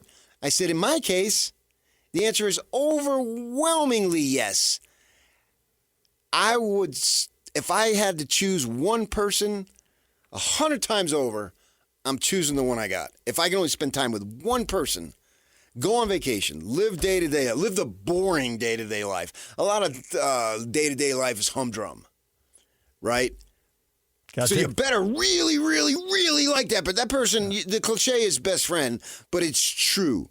And so I told her that, and I am not good on it. I never offer advice on my own. I suck at it. Not very good. But she asked, and I felt strong about it. And she just looked at me. You could tell. She goes, "Thank you." And it was a real heartfelt thank you. So did she marry the guy? Oh, no, come on, dude. I don't remember. You tell that long story, you walk us up. I don't know. I assume yes, but I don't remember. Yeah. I wasn't that close to her. Was it in Utah? Could you track her down, or was it in California, Arizona? It was here. Okay. Yeah, I didn't know. It was here. Your life. Yeah. All right, well, now you have something to do this weekend. We can go to track her down, find out. It was probably at least 15 years ago. Okay. Track her down. That's my one advice. And so I think that's what the Jazz have to do. Who can you live with? Because it's literally AJ, live with. AJ, they've already spent 2 years with him. There was a connection in high school, and there's absolutely a connection in college. But you got to be physically attracted to him in my metaphor. Yes. You watched him play basketball. You know the college game doesn't have the spacing. And his three-point shot, it's true, it isn't where you want it to be. And nonetheless, even though everybody knew he wants to get into the paint, and in a sport where it's easier to keep people out of the paint, everything's more condensed, he still got to the rim repeatedly, over and over. And we all knew what was coming. Well, he didn't really want to take a three. Okay. And I think he's willing to defend. Can he get better? Yes. But I think he's willing to defend. He's willing to compete. I think he cares about the team winning and losing. I don't think he's look at the stat sheet guy. Well, I got 20, whatever. I don't think he's that guy. Yeah, I think that you're not going to stay on the floor just because you were drafted number 2. You're going to stay on the floor because you're helping your team win. Yeah. I think everybody wants to stay on the floor. You know what was great was we came in here one morning and they'd lost. I can't even remember to who. Cougars? And we were like, yeah, BYU lost. Mm-hmm. And we we're like, you know what went wrong? He's like, hey, Dybantsa is the guy and he scores. But you're 6'9", dude. You got to rebound. Now, unbeknownst to us, I don't know that we could suspect, but we didn't know, that very conversation was happening. And in the next game, he heard that and he thought about it. He's like, yeah. And he went out and he got 8 or 9 rebounds or something. And we came in after that game like, wow. That's excellent. His guys told him. There's a problem. This is what needs to happen if we're going to win.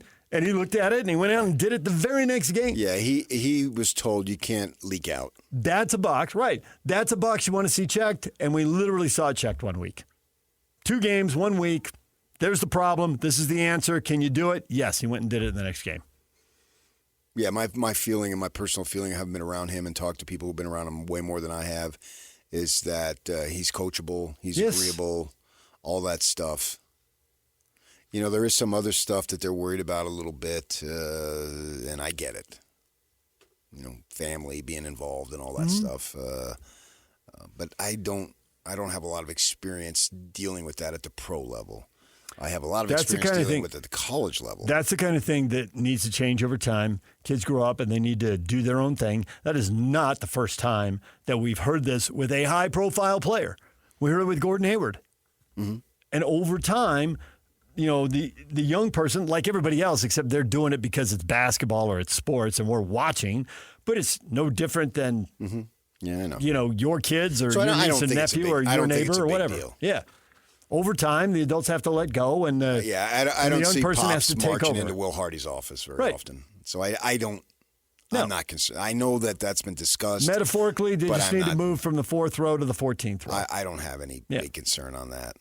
This is the pro level, that stuff. Brad says, as far as Tony's post, the Jazz are torn between Dybantsa, Boozer, and Peterson. What should they do? He says, 7 days out. Publicly, it's all smoke and mirrors. I think they have a pretty good handle on all 4. Much better than any of us. The right decision will be the player Washington doesn't take that works best. It is publicly smoke and mirrors. Sure, but how do you know that, though? You don't know that. Even they don't know it. They don't. They can suspect it and they can think it, but they don't know it. And that's why we redraft 5 years later, and somebody who's 14th, we would move up to 3rd. They got a great handle. Every team has a great handle, and every GM and every team has blown a pick. And the frightening part is that there isn't a draft you could go back. This we'll use the top 4 because this year there's the top 4 where you would say I would draft 1, 2, 3, 4, 1, 2, 3, 4. Every draft you go back, there's at least one where I'd change that. So you just have to make sure you're not that one, that you've gotten it right. Yeah, and so far, with George, that's the home run. Oh, with Keontae as the pick, yeah. And that's 16? He would go back and redraft that. Yeah, he'd be much higher. Yeah. We'll have to see about Williams. Well, Hendricks is gone now anyway, so it doesn't matter. Yeah. And you use that piece to help you get Jackson, which is good. DJ and PK, it's 97.5, the KSL Sports Zone. Hey, did BYU's, did their prospects change? Should the expectations change? Are they now the pick in the Big 12? We'll get to that next. Stay with us. 3, 2, 1. This is Scotty G and Coach Tim LeCoq. He is the president of basketball operations for the Utah Jazz. Austin Ainge, kind enough to join us. Can you go anywhere without anybody trying to say, hey, Austin, just between you and me, just, come on. Oh, everywhere I walk, people ask, but we don't tell anybody. I don't tell my wife. I don't tell I don't tell some of the people on my staff that I work with every day where I'm leaning. Like, on top of the competitive advantages and the trades that could kill and some of the other things that would harm, there's huge betting markets now. And that's true. Some guy I play golf with makes $500,000 on who the draft is, and then the FBI's knocking on my door. We can't be having that. No. We don't want any of that. No. And that may be in the news right now, so you want to avoid that for sure. Catch Scotty G and Coach weekdays from 10 to 2, presented by Mountain Land Supply on 97.5, the KSL Sports Zone. DJ PK, it's 97.5, the KSL Sports Zone. Big 12 Media Day is coming up, PK. Is BYU going to be treated as the favorite when you get to the Star in Dallas? Texas Tech has lost their quarterback. He was supposed to be the guy, and we saw him at Cincinnati last year. It's pretty good. Now, there's an NFL people anywhere from the first to the fourth round, depending on who you're talking to. Apparently, his NFL grade is third day, which is surprising, but there are specific people you referenced earlier, Rick Neuheisel, who played quarterback in college and coached up some good ones as a head coach, and he thinks he's a first-round pick, and there's people in between. Plus, he went to McClintock High. Somewhere in Phoenix? Tempe, okay. His dad was a professor at ASU, I think. In fact, his dad and his mother, childhood books, Dick and Jane, it's exactly Neuheisel's parents' names. Oh, really? Yeah. Jane Neuheisel. Mom. Dick and Jane. Yeah. So is BYU the favorite now? Aaron, now they always were. Laughing, winking emoji. I would disagree with that. Jimmy, yes, but somehow Utah will be projected to win. You would disagree with that. That's why I pointed at you. It's not the same answer. Well, Utah's in the mix. They're in the mix, but they're not going to be projected to win. They're going to be picked at best third, and there are people who are going to pick them 5th, 6th, 7th, or whatever. Which I think is way, way, way too low. But I get it. There's unknown. But I also think when you get down there's going to be ties, and so 4, 5, 6 can all be a tie. 7th is a long way to go. But I think if Kyle was there, then they'd be third at worst, maybe even higher. Maybe. Yes, on some ballots. And it's not a slight on the coaching staff now. It's just the unknown on the coaching staff it's also some high-end talent, the real difference makers. And I just think the difference between 3rd to 6th could be just the difference between 7 and 2 and 6 and 3. It could just be that. And when you lose a guy who provided a third of your sacks, when you lose the entire offensive line, you can still have a good O-line, and it isn't as good as last year's O-line. So there are question marks out there on the line of scrimmage on both sides. Oh, and everybody has them. There's no and that's why complete unquestioned and team. that's why none of this is going to be unanimous. Kevin says Tech is still the champ till someone knocks him off. BYU plays better as the underdog anyway. Well, they were the underdog against Tech both times, and they didn't play well. Dylan says Tech still has Hammond. He played better than Morton at times. He did, but limited, and then he got hurt. Yep. And it's not clear when he'll be back. I mean, they could lose that. He doesn't play against Houston. They lose the game to a team that's viewed as, depending on how you view them, top half of the league. Maybe but that's much only better one than that. loss. I don't think that's devastating. but you start from behind, and there's only 9 games. I know, but the Kyle, his team lost to SC, and I remember him adamantly, they're not going to go undefeated. We're going to be fine. And they were. They lost the first game. All those games run together. I don't even remember the details. But that's But he was so definitive and like defiant in the post game, and he was right. Yes, but also now you got teams missing each other. There's a whole factor, stuff you can't control. I don't think there's going to be 3 teams who are 9-1 or 8-1. Jordan, simple answer is no. My other answer is also no. I hope this helps. So simple answer is no, and its complicated answer is no. BYU is not the favorite. Well, it'll be interesting to see what happens with Vegas, what they put out there, because they'll have new odds now with the new information that the quarterback is not going to be there. But I would still lean Texas Tech. You know, I went through and looked at all the transfers that they got coming in, and I believe in. Now, I'm biased though. I saw Hammond light up the Utes, and then people say, "Well, he was the quarterback when they lost to the Devils." Yeah, the Devils. That was one of the games that they had all the guys healthy, and they were a much better team when they had their main guys healthy, as most teams tend to be. Yes. So you don't tend to have 2 NFL receivers and 2 quarterbacks and they're 2. saying that's a knock on Hammond. Well, he quarterbacked that game. I think it was more about the Devils having their guys than a knock on Hammond. That's the point I'm making. We're going to take a break. When we come back, Bob Casper, Real Golf Radio, our U.S. Open draft. We'll talk to him about the championship at Shinnecock Hills. Stay with us. The grill is shot. The chairs are held together by optimism. And what happened to the rug? Sounds like your outdoor setup is not ready for patio season.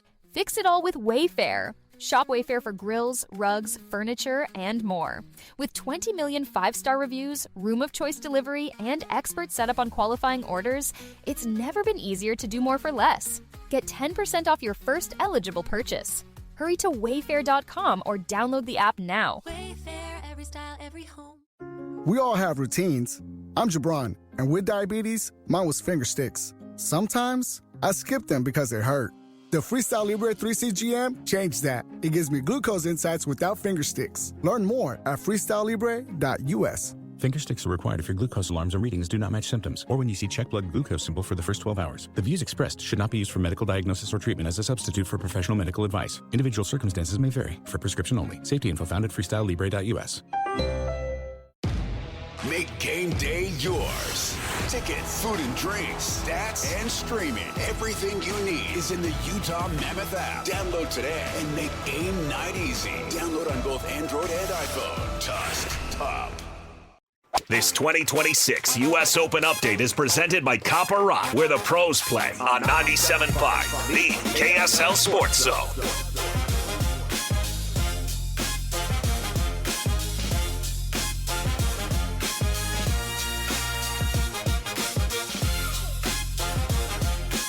DJ PK and Bob Casper. Bob's appearance is brought to you by Mountain America Credit Union, Mountainland Supply, Black Desert Resort, Hoops Vision, and UNA Golf. Bob, good morning. Hey, how you doing? Doing well. I think you are to be congratulated. Awesome. I think you are to be congratulated, Bob. For what?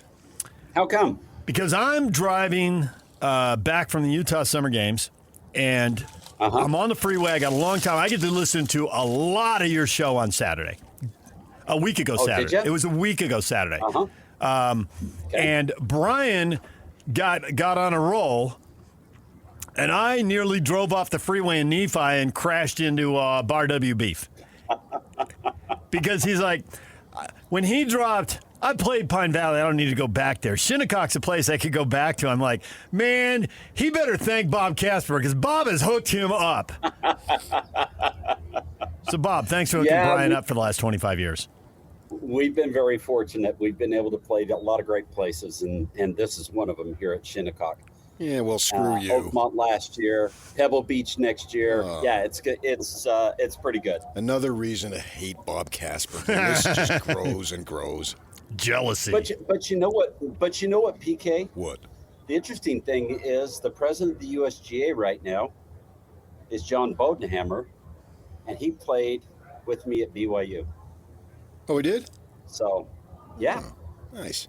Yeah, so it's nice. I text him beginning of every year, and make sure he had a great Christmas and wish him a happy New Year, and to make sure we're on the list for the media day. I understand. Preview. So I got your agenda.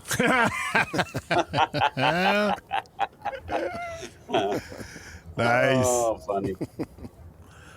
Shinnecock Hills, when people turn on the TV on Sunday, on Father's Day, the defining feature of this course that people is going to register is going to be blank. Hilly golf course with beautiful fescue and green grass and beautiful bunkering and treacherous greens. Very treacherous. Very. Yeah, I was looking at something I saw. I'm looking it up. I think I saved it as far as the number of guys who shot under par at this place. Exactly. It's just like a handful or something, right? Three total. So more people have career slams than go under par at Shinnecock. Yes, exactly. Wow. Exactly. That's a stat. 3 total. Yeah. That's just amazing. When I saw that, I thought, come on, what are they talking about? They're talking about today? I looked at it today as a practice round. No, they're talking ever. Ever. This is the definition. Ever in the championship. The classic example of what a U.S. Open is about. Well, and PK, they talk about last year's event at Oakmont, that's an absolute beast. There are more people that have shot under par at Oakmont than there are that have shot under par here at Shinnecock Hills. Right. So, yeah, like multiples more. Yeah. So, this golf course is amazing. They've set it up this year a little bit easier as far as off the tee is concerned. You've got some fairways that are 45 yards wide, some that when you've got double fairways working together that are 100 yards wide. But where you're going to get into trouble is if you don't hit the fairway, it goes straight into 3 to 4 inch rough. And then you've got the fescue if you hit it further out there. Bryson DeChambeau posted a picture, a video of him yesterday. Yeah. Dropped the ball in the fescue and hit it and only advanced it like 5 feet, 10 feet. Finally, something I can relate to. You're better off taking a weed whacker. Yeah.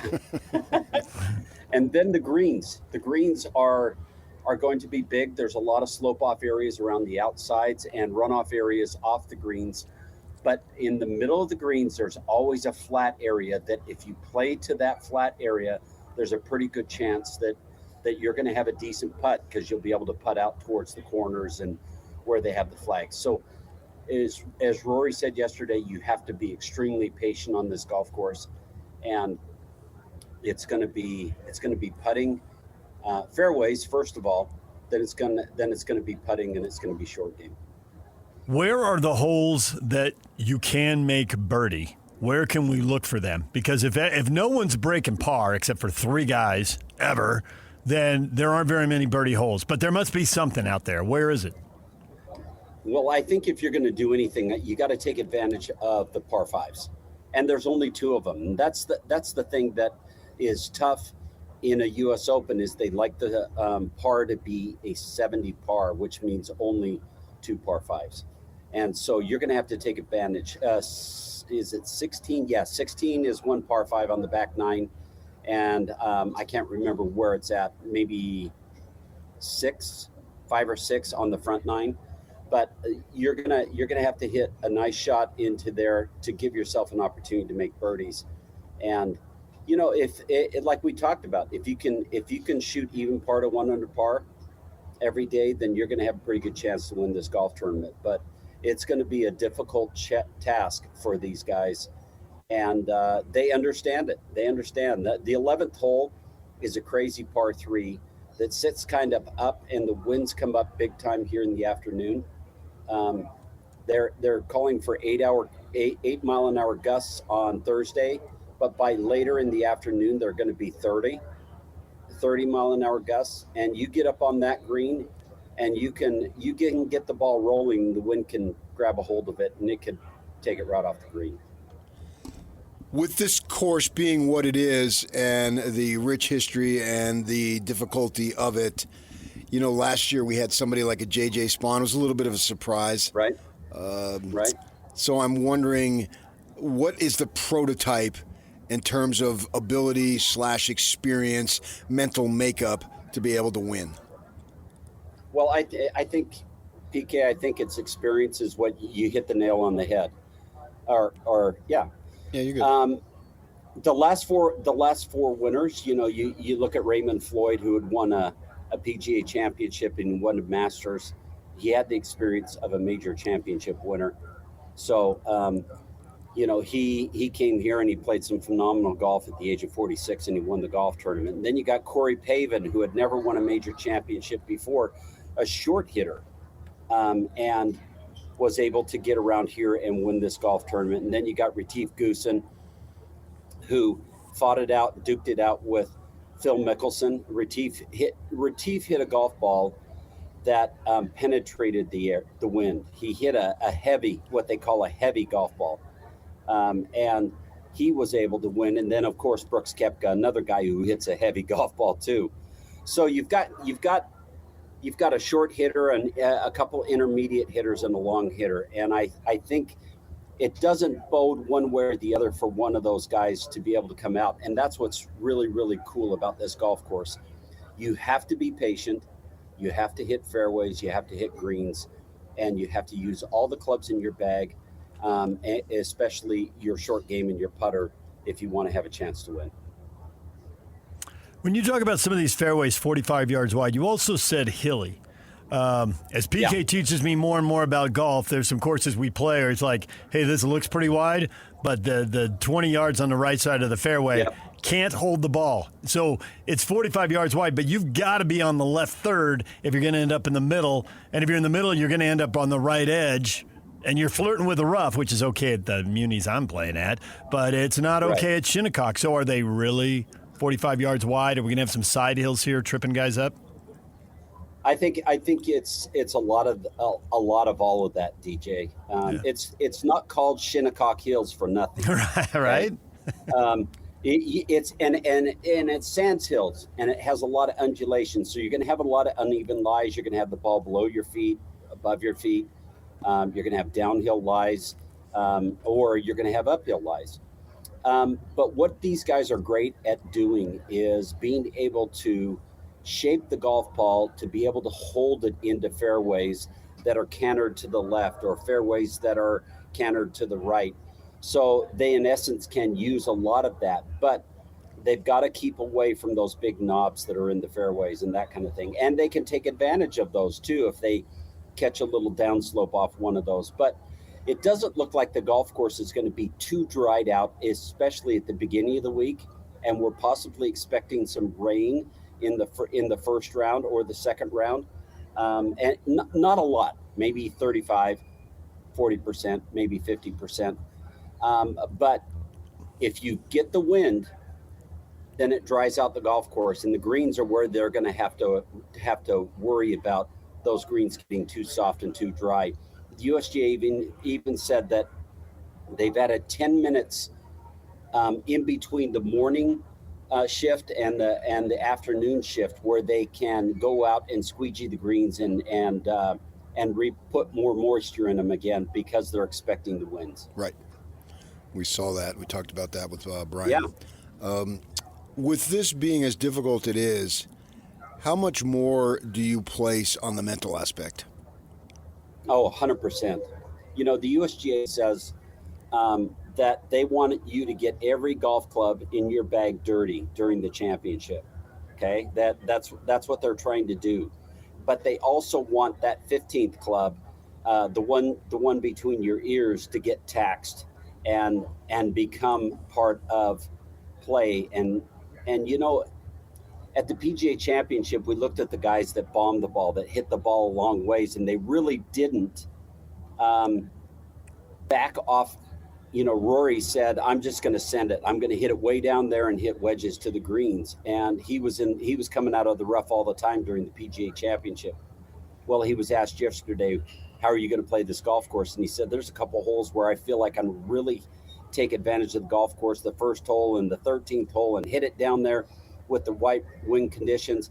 But he said, do I want to put that ball in jeopardy of getting in that fescue and getting in that deep rough and that kind of thing? So he said, this more than any other U.S. Open, I want to play more patient and give what the golf course will give me. And I think that's what you have to do this week. You have to play patient, take what the golf course will give you, and give yourself opportunities in hitting shots. And you're going to see, we're going to be bored with pars and bogeys and double bogeys this week. It is time for our draft. Now, this is going to be a little on the tricky side here, Bob, because we're not allowed this year to draft players twice. So if you took a player in the Masters of the PGA, you can't take them now. So you can't take Rory McIlroy, J.J. Spaun, Jordan Spieth, or Cameron Young, Bryson DeChambeau. Goddard is also off for you. Your regional assignment, Xander Schauffele, I have heard him mentioned, is yes. Oh, he's top 5. Well. Yeah. A possibility this week. You're falling into a good one there, just because you grew up in San Diego and so did he. Yeah. And he's short. So is Bob. He hits the ball a long ways. Short-tempered. So is Bob.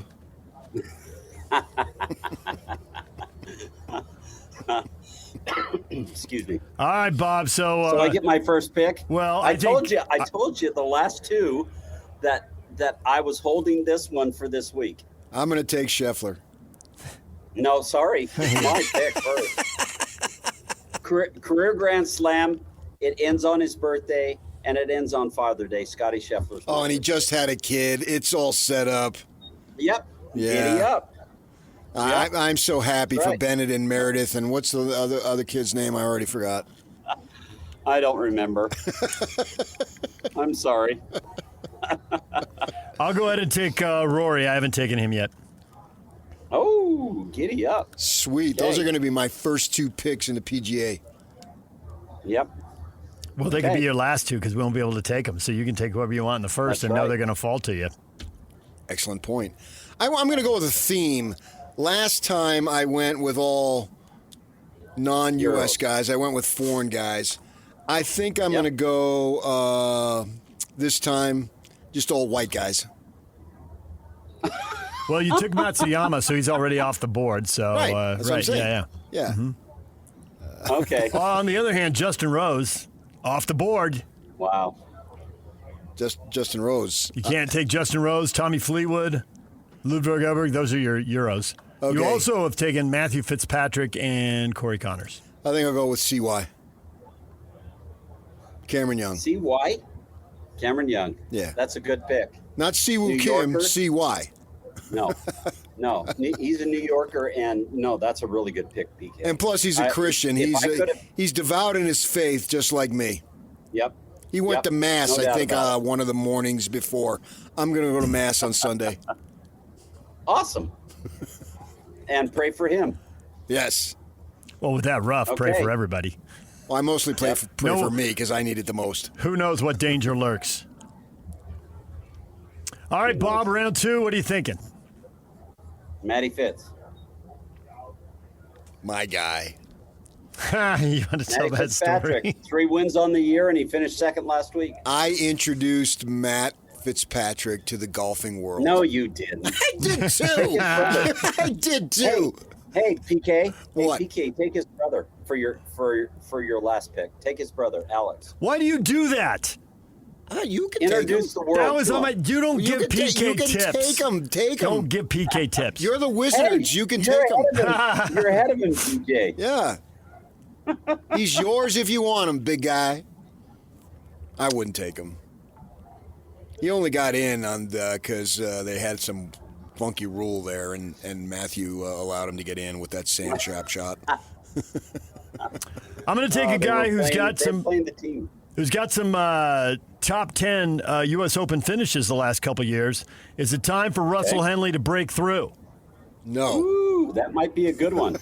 He just won it. He just won it in Dallas, in Fort Worth. Hence, therefore, whereas. Yeah. Hey, that's a good pick. I like that. He like it. He likey. All right, PK. Man, I've got to choose a white guy. Here's your problem, man. I'm going with the theme. I'm going with white guys this time. Welcome to the PJ Tour. Come on, let's go. Wait a second. Yeah. You go 10 minutes and come on, let's go. Yeah. Just stalling who went to Mass and white guys and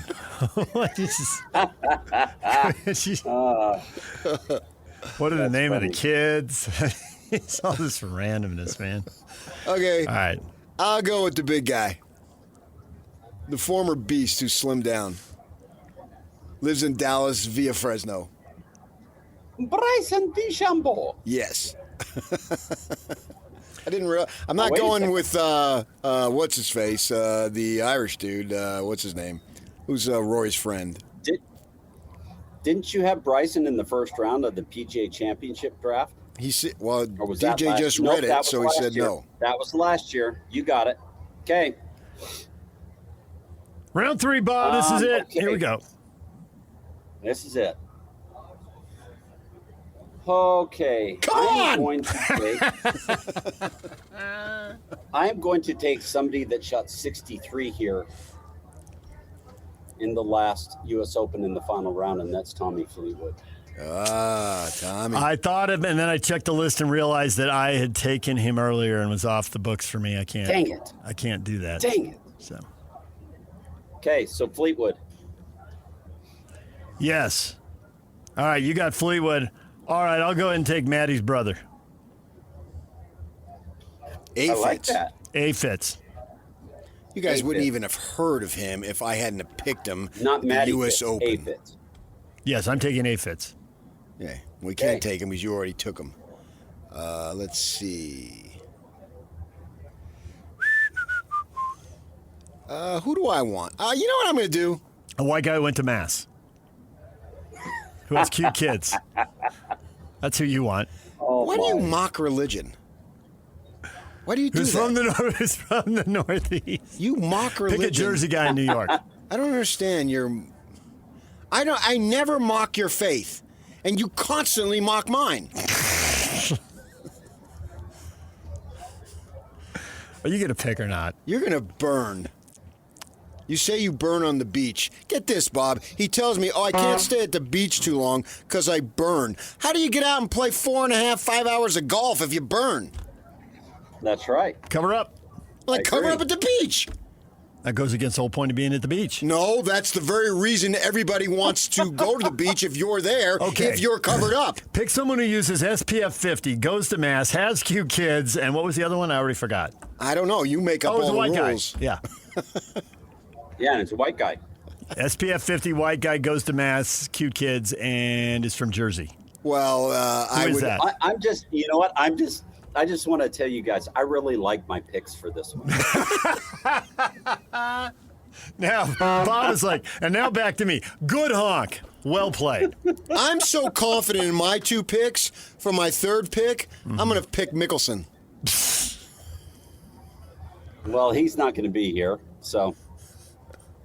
Is he going to be at home, though? Out of his home club. Yeah.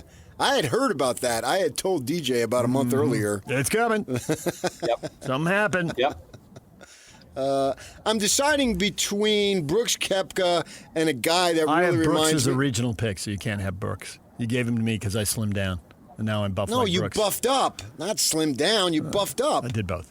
And so I have Brooks. you also like thong bikinis. Hey-o. Why do you mock my religion? Yeah. You're so lustful. Don't pick John Rahm. You already have him as your regional pick because he's an ASU guy. Okay, I'll go Clark. Yeah, that's right. Clark Kent? No, Wyndham. Wyndham Clark. Okay. I wonder how There's much. one thing I've said about you, you're all class.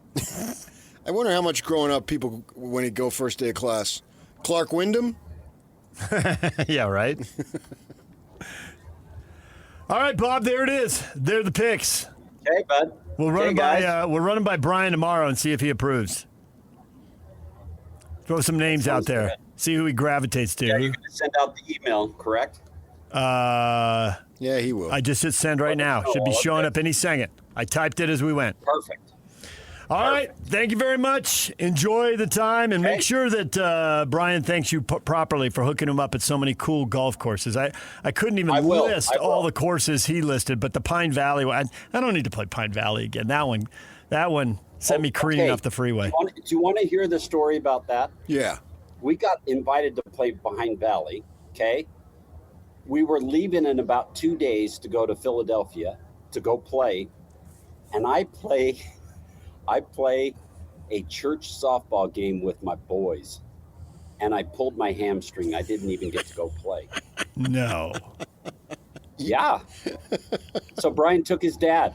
Thank you very much. Were you trying to leg out a single or at least a double? No, it was a ball hit into the outfield that I was running to get. Oh. Yeah, and I got bit right in the back, right on my hamstring, and went down. You did go down? Oh yeah, I went down, and I could barely walk, and it bruised up so big. Man. Does the PGA Tour ever go to Pine Valley, or is that like the best course that just doesn't mess with tour events? They're doing their own thing. Tour events. Yeah. Yeah. They haven't. I don't know if they had a PGA or U.S. Open back in time at some point. Nope. I don't think so. They're just a classic course, and they do their own thing. Yep. And there it is. Okay. Yep. All right. Well, Bob, we appreciate it. Thanks a lot. Enjoy the week. Okay. Take care. All right. DJ and PK, it's 97.5, the KSL Sports Zone. When we come back, David Locke, do you sense a shift, PK? Oh, yeah. Oh, yeah. We will get to that. You'll hear David Locke for yourself, his take on the draft, what he's thinking now. So, A, what has he seen? B, what has he heard? C, what does he know? Based on 90 seconds of David Locke, which you will hear next. Stay with us. 3, 2, 1. This is Scotty G and Coach Tim LeCoq. He is the president of basketball operations for the Utah Jazz. Austin Ainge, kind enough to join us. Is there a point where you lock your board down and say, okay, we're all on the same page. Let's not overanalyze this. This is all what we're feeling, and let's just stick with it. I think at some point after we get everybody in and spend our time with them, and that's kind of the final bit of information that we haven't been able to gather. And again, I don't want to overrate that and say that everything comes down to a few meetings with us. We'll just try to not lock it in until then. And then, pretty shortly thereafter, we'll kind of just say, all right, this is what we're going to do. These two, this is number one, this is number two. If one's there, we take them. If one's gone, we'll take two. And that's the way we'll do it. Catch Scotty G and Coach weekdays from 10 to 2. Presented by Mountain Land Supply on 97.5, the KSL Sports Zone. We all have routines. I'm Jabron, and with diabetes, mine was finger sticks. Sometimes I skip them because they hurt. The Freestyle Libre 3C GM changed that. It gives me glucose insights without finger sticks. Learn more at freestylelibre.us. Finger sticks are required if your glucose alarms or readings do not match symptoms, or when you see check blood glucose symbol for the first 12 hours. The views expressed should not be used for medical diagnosis or treatment as a substitute for professional medical advice. Individual circumstances may vary. For prescription only. Safety info found at freestylelibre.us.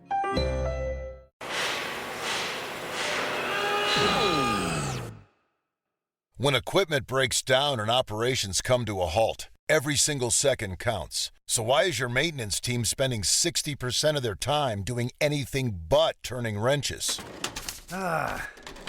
MaintainX is the AI-powered maintenance and asset management system that helps your team get back to actually fixing breakdowns. No more searching for manuals. No more hunting down parts. No more drowning in paperwork. With MaintainX, your team can access manuals from anywhere, create new procedures in minutes, and turn voice notes into clear and complete work order feedback. What used to take hours now only takes minutes. Keep your operations moving and your wrenches turning. Join over 13,000 maintenance teams that are already fixing more and filing less. Try MaintainX for free today. Go to maintainx.com/AI. That's maintain and the letter x.com/AI.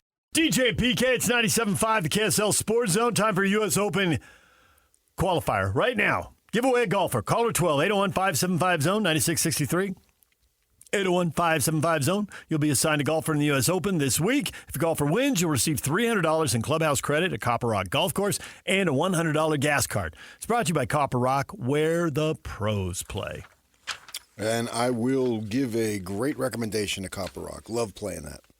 $300 clubhouse credit and $100 of gas to get there and back. Nice. Good prize. and give you a rooting interest. All right, call right now. Yock's ready to take your call. Yock, before you get distracted on the phones, though, we need to hear from David Locke. He comes on our show. He's been really critical of AJ Dybantsa, the inability to shoot threes. That has been a major, if he were GM and if he were making the draft, that would be a major hurdle for him to get over to choose AJ Dybantsa. That has really bugged him. He's talked about it multiple times. But you heard a take from him recently. You know, he's got his own podcast and doing all kinds of stuff. So we thought we'd play 90 seconds of that take. Here we go. Yock, hit it. Which is pretty insane. We're suddenly going to be 6'9" Ace Bailey and 6'9" AJ Dybantsa. And AJ is a bona fide lethal scorer, 20-point-a-game scorer. And you know what? The more I watch him, I said this yesterday on the show. Let me explain this. I just wish he'd played somewhere other than BYU. I think he had something like 300 isolations and pick and rolls because there was no one else. But boy, actually, when I watch him, pretty willing passer. At times, I thought overly willing, frankly. Double team comes, you guys make the play. Like, not quite like that, but it felt like it at times, like, double teamed again. But really willing passer. Makes the right play. Fast break. On the wing. Pushes it to the corner. Richie Saunders drives the baseline. Not grabbing it at the 45 and going every time.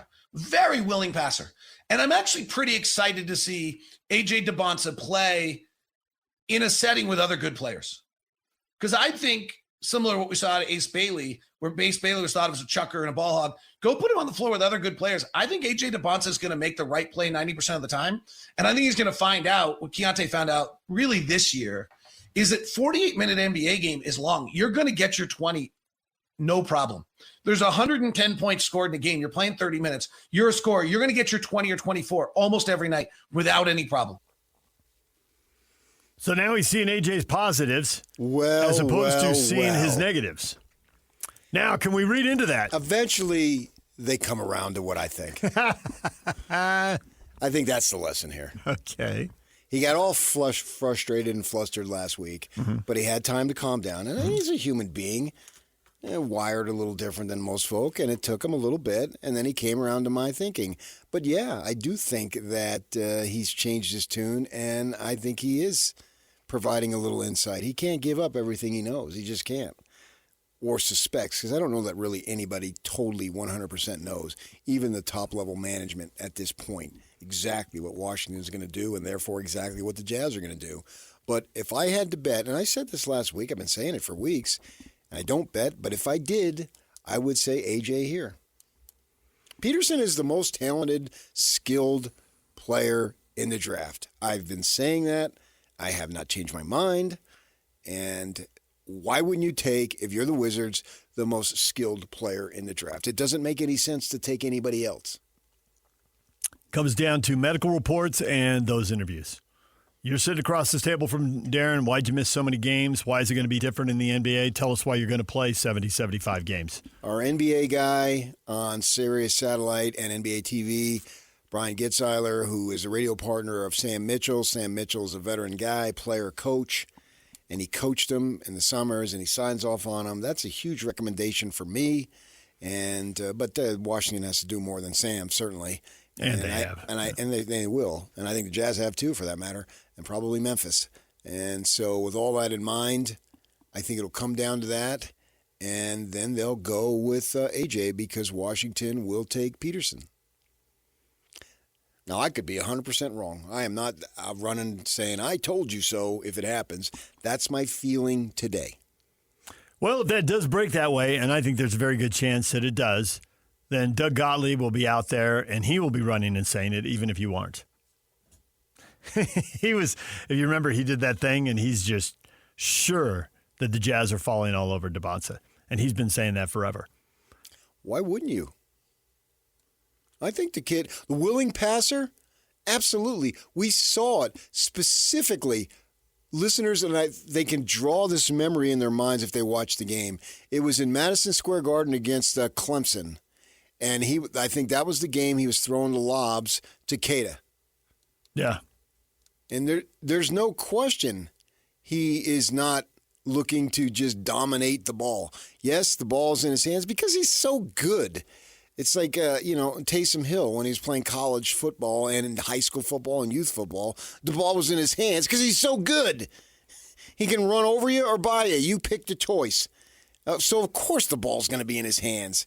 But that doesn't mean he can't have success in a team concept.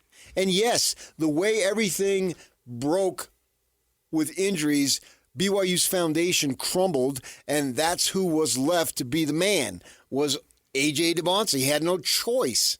So, obviously, his stats and everything were inflated because of the situation, and maybe his shooting percentage was actually deflated because of the situation. Can totally buy that. Right. And everything was that last month of the season, everybody and everything was geared to stop him. Right, and I've said this, it was so obvious sitting courtside and seeing three guys. It was like they were lining up, Texas was lining up for an onside kick. They had three guys. AJ would be bringing the ball up near half court, and three guys would come up.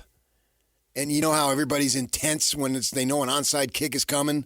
That's the way it looked like with them. Three guys standing above the three-point line ready to take him. And he still averaged 30. And what's the Sean Miller? They asked him at halftime, how are we going to stop him? We're not. So they didn't.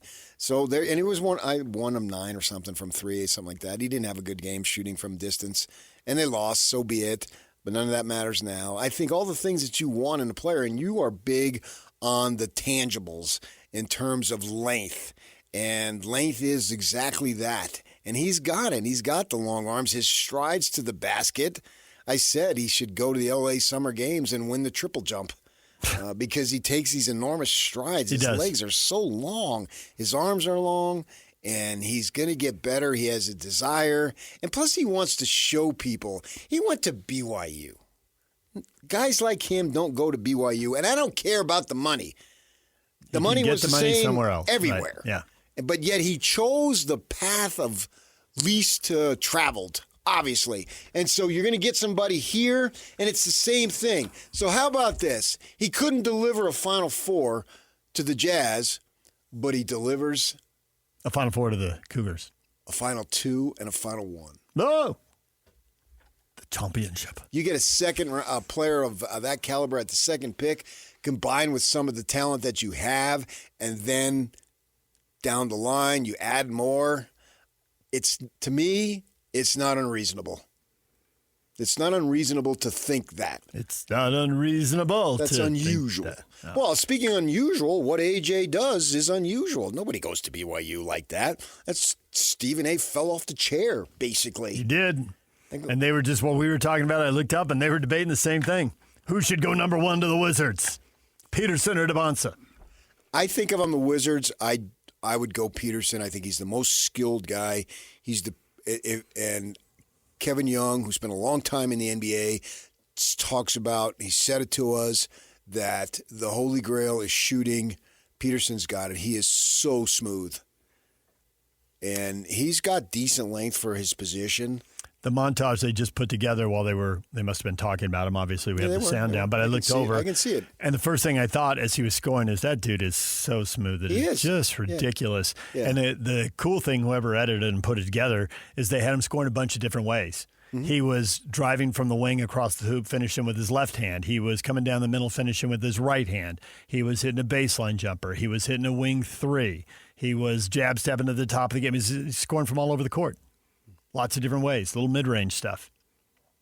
Yeah, you just watch him take an open 3, whether it's off the bounce or it's in the air. The form is prototype. Yeah. He's just a smooth player. 2-word analysis, like butter.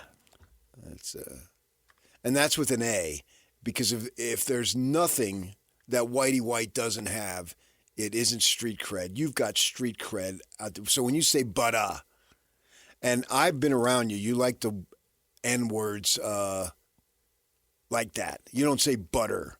That's old man. That's white old man, and that's not who you are. Even though that's what you look like, that's not who you are. Butter. I mean, butter. That's B-U-T-T-A, right? Yak, has it ever been more clear that it is break time? No, I'm talking truth. You, Yak, of the three of us, who knows hoop the most? It's my man, Snigeldorf the third. We defer to you on all. Who knows O-line play the best, Yak? You. No. You put your fingers in the dirt. Nope. No, I really didn't. The small rubberized pellets. Who knows O-line play? Yak does. Former O-lineman. Oh, of course he does. And who knows golf the best? Casper. No, you. I don't know nothing the best. Bull. Wouldn't that be bull? It could be. Here's the deal with you. You can kiss my big fat class. When we come back, picking them number one. Is it the thing to do now? Are the Cougars the top dog now that Texas Tech has lost their quarterback to the NFL? We'll get to that next. Lots of you weighing in on that. Stay with us.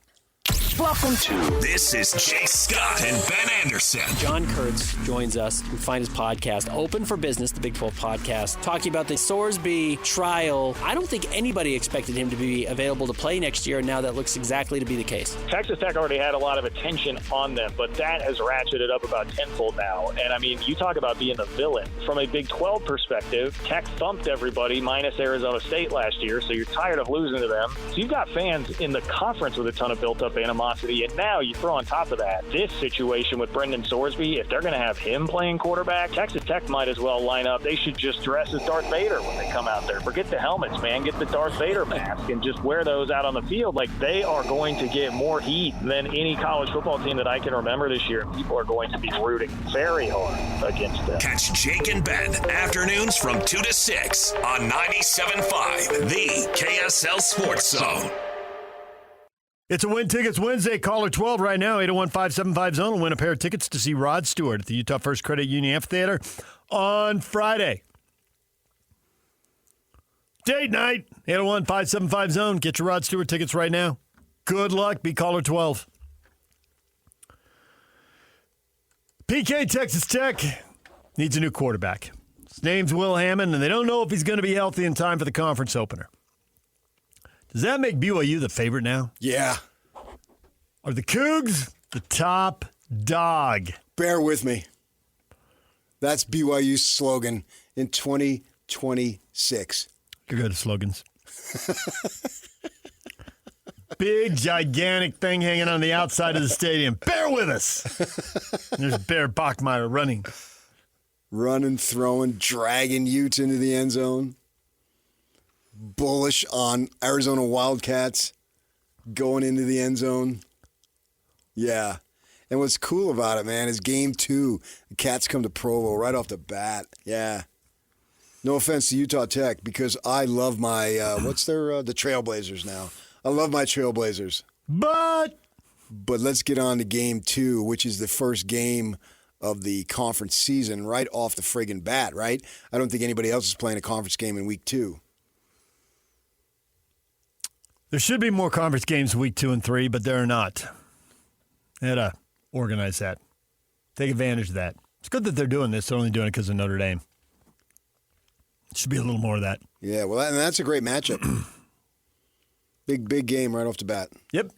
I mean, every conference game is huge, but the Cats should be good. 2 teams that finished at the top of the league last year. They've got important pieces back. Obviously, they both have the quarterbacks back. So let's go. You ought to be 2 of the top half, top third, top quarter of the league again. I think Fafita's the best passer in the league. I can see why you would say that. And if he was 6'2", he'd be in the NFL right now. I have no doubt about that. He's not 6'2". Right. What can he do about that? Right. And the league does not like guys who are that small. Yeah. But he's a fine college. But he's a really good college. Plus, he's got 4 years' experience at the same school. Now, he's had multiple coaches, but he's produced through that. Sometimes he's coming back with the same guys. Sometimes that sinks people, but yeah. So that's a great game. But yeah, I think the Cougars should be considered right there. If you want to go Texas Tech a little bit because they are the defending, I get that. I understand that. I understand that reasoning. Well, also, it's about picking the top 2 now, because picking who's going to win one game in November, not knowing who's going to be healthy in a sport like this is crazy. We still pick a winner. We do. But it doesn't matter. First or second's good. Although I think there was a clear difference between 1 and 2 this past last year. Wasn't it like 63-14 or something? Yeah. It was lopsided. I don't remember the number, but I get your scores. point. They dominated both games. They did. And if you throw in the Utes, they dominated all 3 games and those 3 dominated the rest of the league. Mm-hmm. Yeah. Tony, BYU is a favorite if they put a 65-0 beat down on Utah Tech. Then yes. If they have a 38-14 game with them, no. The offense should be elite. We'll see if Papinga can get the defense to shine. There is a lot of that. I'm okay with the defense, though. I think the down linemen should be okay, as good as they were last year. Linebacker, you lose Kelly, who was a big-time playmaker. That's why he's you an got NFL draft Glasgow pick. back. The Ovale kid from Cal was a state of Utah kid. He was really good there. Secondary's got some experience. Jay Drew had a story about Satawala being hurt, but we're getting into the season, and I don't think it'll linger. We'll see how that plays out. And you talk to the guys, and it's a similar thing to Utah when they made the transition. They didn't have the depth, right? Kalani was D coordinator at the time. I think it's the second year they're playing, maybe the third year, but I think it's the second year. Yeah, the second year they're playing the Devils, or maybe it's the first year. They got to take out Trevor Riley. He needs a blow, and the Devils go right at him, right at that position. And they go right down the field, and they score, and they win the game. Yeah, and I think we saw that a little bit here with BYU when they made the transition, as they should. You're stepping up in competition on a week-by-week basis, right? And so now, what are they going in their 4th year? Yep. So, yeah, and you recruited to the Big 12 2 years before, but with the missions, that actually times out pretty good.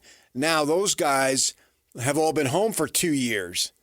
So the mission should be a distant memory in terms of conditioning and everything else. So now you're seeing them stockpile some more depth to be able to withstand some of this stuff. So they're in a better position. Obviously, it's reflective in their record.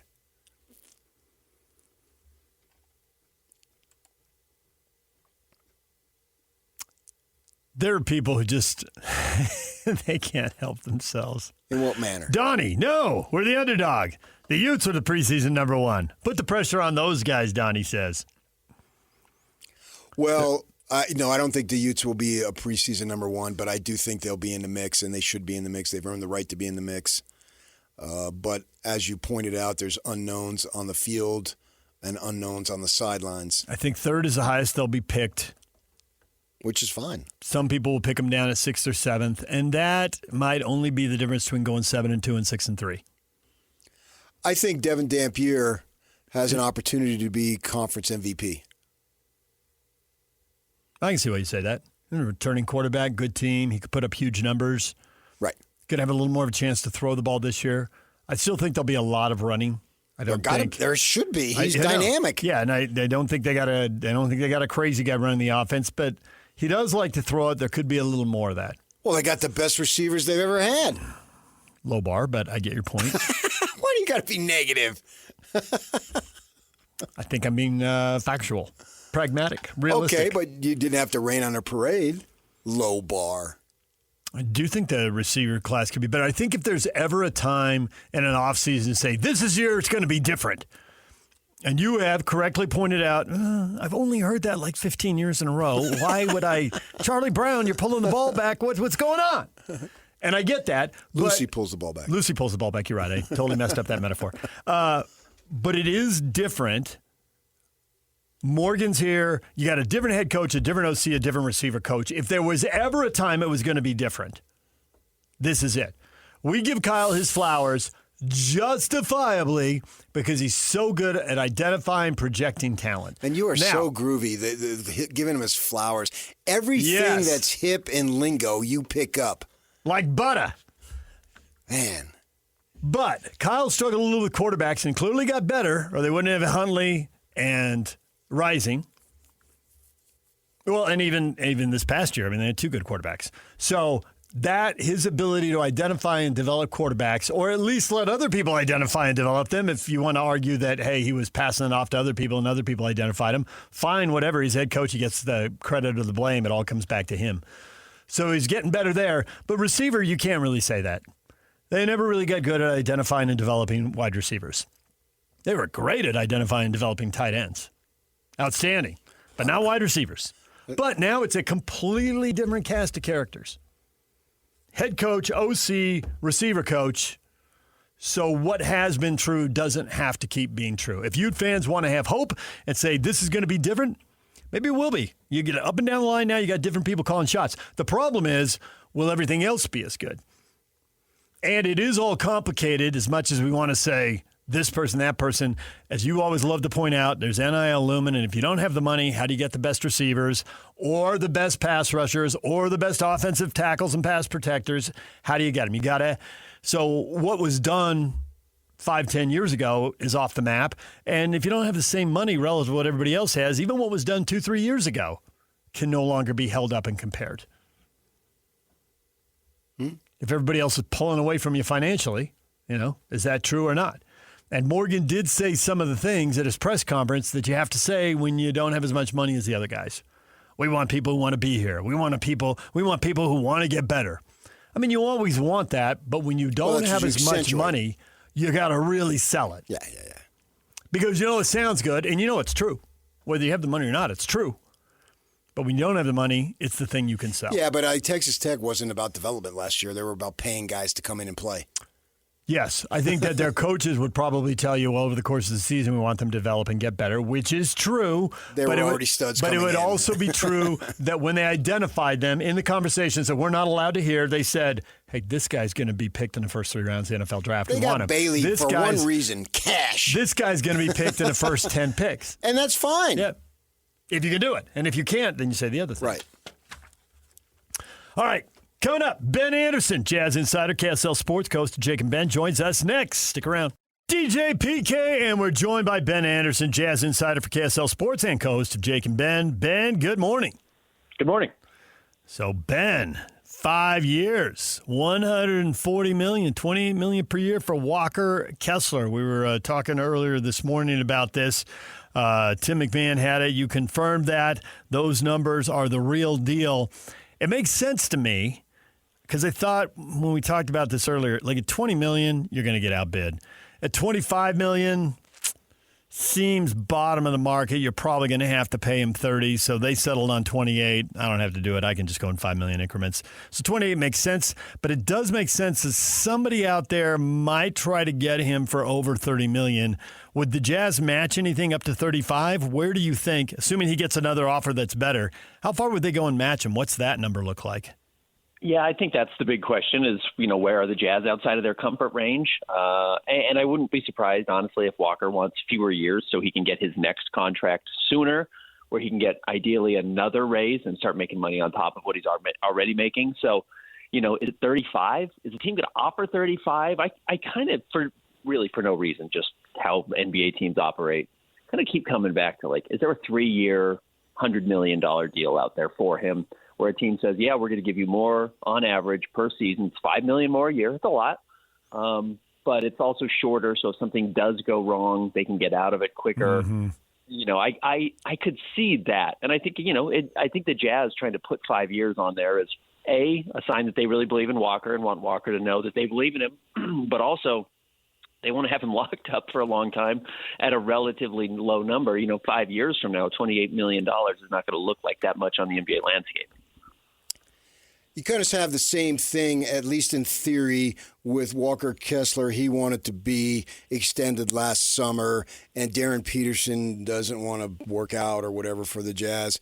Well, my thought is to both of them, tough, suck it up. You'll come here because we have the rights, and if you want to play here, this is the way. If you want to play in the NBA, you got to play here. Plus, when they get out here, and Walker's already been here, obviously, and the games get going and you get with the guys, they'll find out. And this is a great place to be. So I don't really worry about this. What's your response? Yeah, and, from everything I understand is Walker really likes Utah. Walker wants to be here. He wants to be in Utah. His camp also wants more money. I mean, it's kind of simple. So do I, Ben. Yeah, so does everybody, right? I mean, that's not actually that foreign, which in a way I also identify with Walker's camp, and I tweeted this out yesterday. Players get to negotiate maybe 2 good contracts in their life. So I actually don't blame anyone for trying to get as much money as possible, but there are kind of naturally competing issues here. The Jazz are trying to build a basketball team, and Walker's trying to build his individual wealth, and those actually don't jive that well together. And Walker's team actually doesn't have very much leverage, and that's the problem, and that's the hard part. Now, they can go out and get more money somewhere else, maybe, but is another team going to lock up $35 million on the free agent market for 48 hours while the Jazz just sit back and say, we're going to match this, but we're going to wait till the last second, so it actually hurts you to offer him a sheet? Right. That can certainly happen. And then as far as the Darren Peterson stuff goes, I mean, I will just tell you everything I've heard. None of it has to do with trying to avoid Utah. He just thinks he's going number 1 overall. There is still some positioning obviously being done there by his camp to try and show Washington that he wants to go number 1 overall, and he's fully invested in that. But if the Jazz draft him, I have not heard anything that makes anyone think that he wouldn't be happy being here. I know the report out of Dallas was he was trying to avoid the Jazz. He didn't work out for Memphis either. And the Jazz have been at his, meetings. The Jazz met with him at the Combine. The communication is ongoing. So I think people took that story and thought that meant he was trying to avoid the Jazz, and I really don't think that's the story at all. And then if Kessler wants more money, just do another credit union ad. You'll be good to go. Yeah, he'll keep making more money. He's fine. He's got options. He's marketable. With Peterson and the whole Washington that's the only workout deal, I'm trying to figure if Washington has shown their cards and he knows, or at least heavily suspects that he's number 1, or if this is a power move by the Peterson camp. Hey, we're going to be number 1. You should pick us. We're only going to talk to you because obviously you're going to come to your senses and figure out I'm the number 1 pick. Which one of those 2 things is it, or is there a third scenario out there? The people I've talked to really seem to think he's going to be the number 1 pick. Yeah. And look, if you want to look at the actions, like that would kind of match with AJ Dybantsa also coming and working out with the Jazz. Mm-hmm. If AJ wasn't actually fully sure that he was going to be number 1 and Darren was, those actions certainly speak for themselves. Now, I know the betting odds don't say that, and I know kind of the consensus mock drafts don't say that Darren Peterson's going to be number 1, but everything I've heard from well before the Jazz won their lottery to where we are today, I heard this as recently as, Monday. I heard this Monday that, the world has just been way too confident that AJ is going to be the number 1 overall pick. I don't actually think that's how NBA front offices have operated, despite the fact that that's kind of what the groupthink has been amongst people who do mock drafts and kind of cover the draft from a media perspective. So I do think that, as far as my intel goes, that's the most solid I've heard of who actually could be the number 1 overall pick. But again, that could easily be Darren Peterson's camp positioning and trying to say, hey, we're not going to come to Utah for sure because we think we're going to be the number 1 pick, when really they know they're not going to fall past 2 or 3 at the absolute latest. So what do they have to lose? I mean, it's not going to hurt them by not working out with the Jazz. If the Jazz want them, the Jazz will draft them. And this is the very last piece in a 4 or a 5-year puzzle where they've been watching these guys since they were teenagers. They know everything about them. If they don't come in for a workout, it's pretty small potatoes. Locke had been down on Dybantsa for a good while, his lack of three-point shooting. Now he put out a little video on his Locked On spiel. Seems to change that. Tune has been altered a little bit, being a 20-point-a-game guy, willing passer, blah, blah, blah. I mean, I've seen him up close. We've all seen him on television. I got to cover several of their games. I like the guy, and I get that, he's not the best three-point shooter. We understand that. What level of confidence do you have if the Jazz pick him, which seems like that's what's going to happen, that, to me anyway, that he will be not just good, but in time a star? Yeah, I think he's going to be a star. I have very little doubt about that, three-point shot or not. But even then, if you want to go back and, look at his whole season, certainly it's fair to look at a whole season. I mean, an NBA season or a college season is 35 games. I mean, we're talking about an NBA player having a slow start if they're shooting 33%. I mean, that's, October 28th or whenever the season starts to December 15th. Nobody chalks up somebody's entire career based on those numbers. And if you want to go in, look at one of AJ's interviews. I think it was with Scotty Barnes Matt Barnes and Steven Jackson.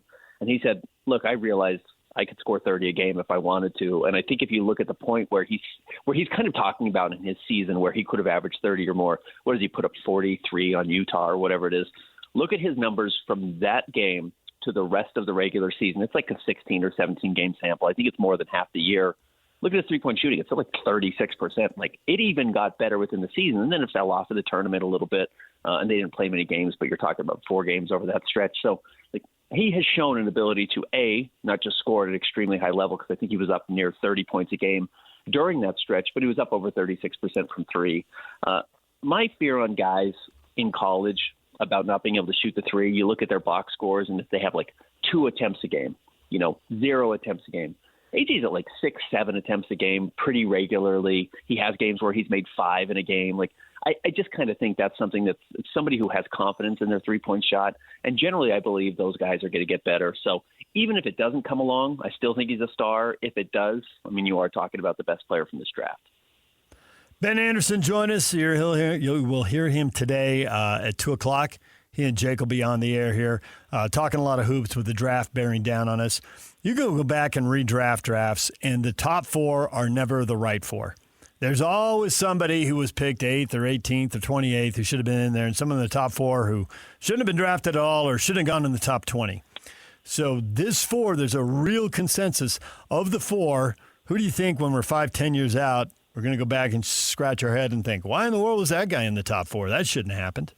Yeah, I mean, I guess the obvious answer would be Caleb Wilson, just because he is the rawest of the group. And you know what, DJ? I really wonder if we're getting better at drafting.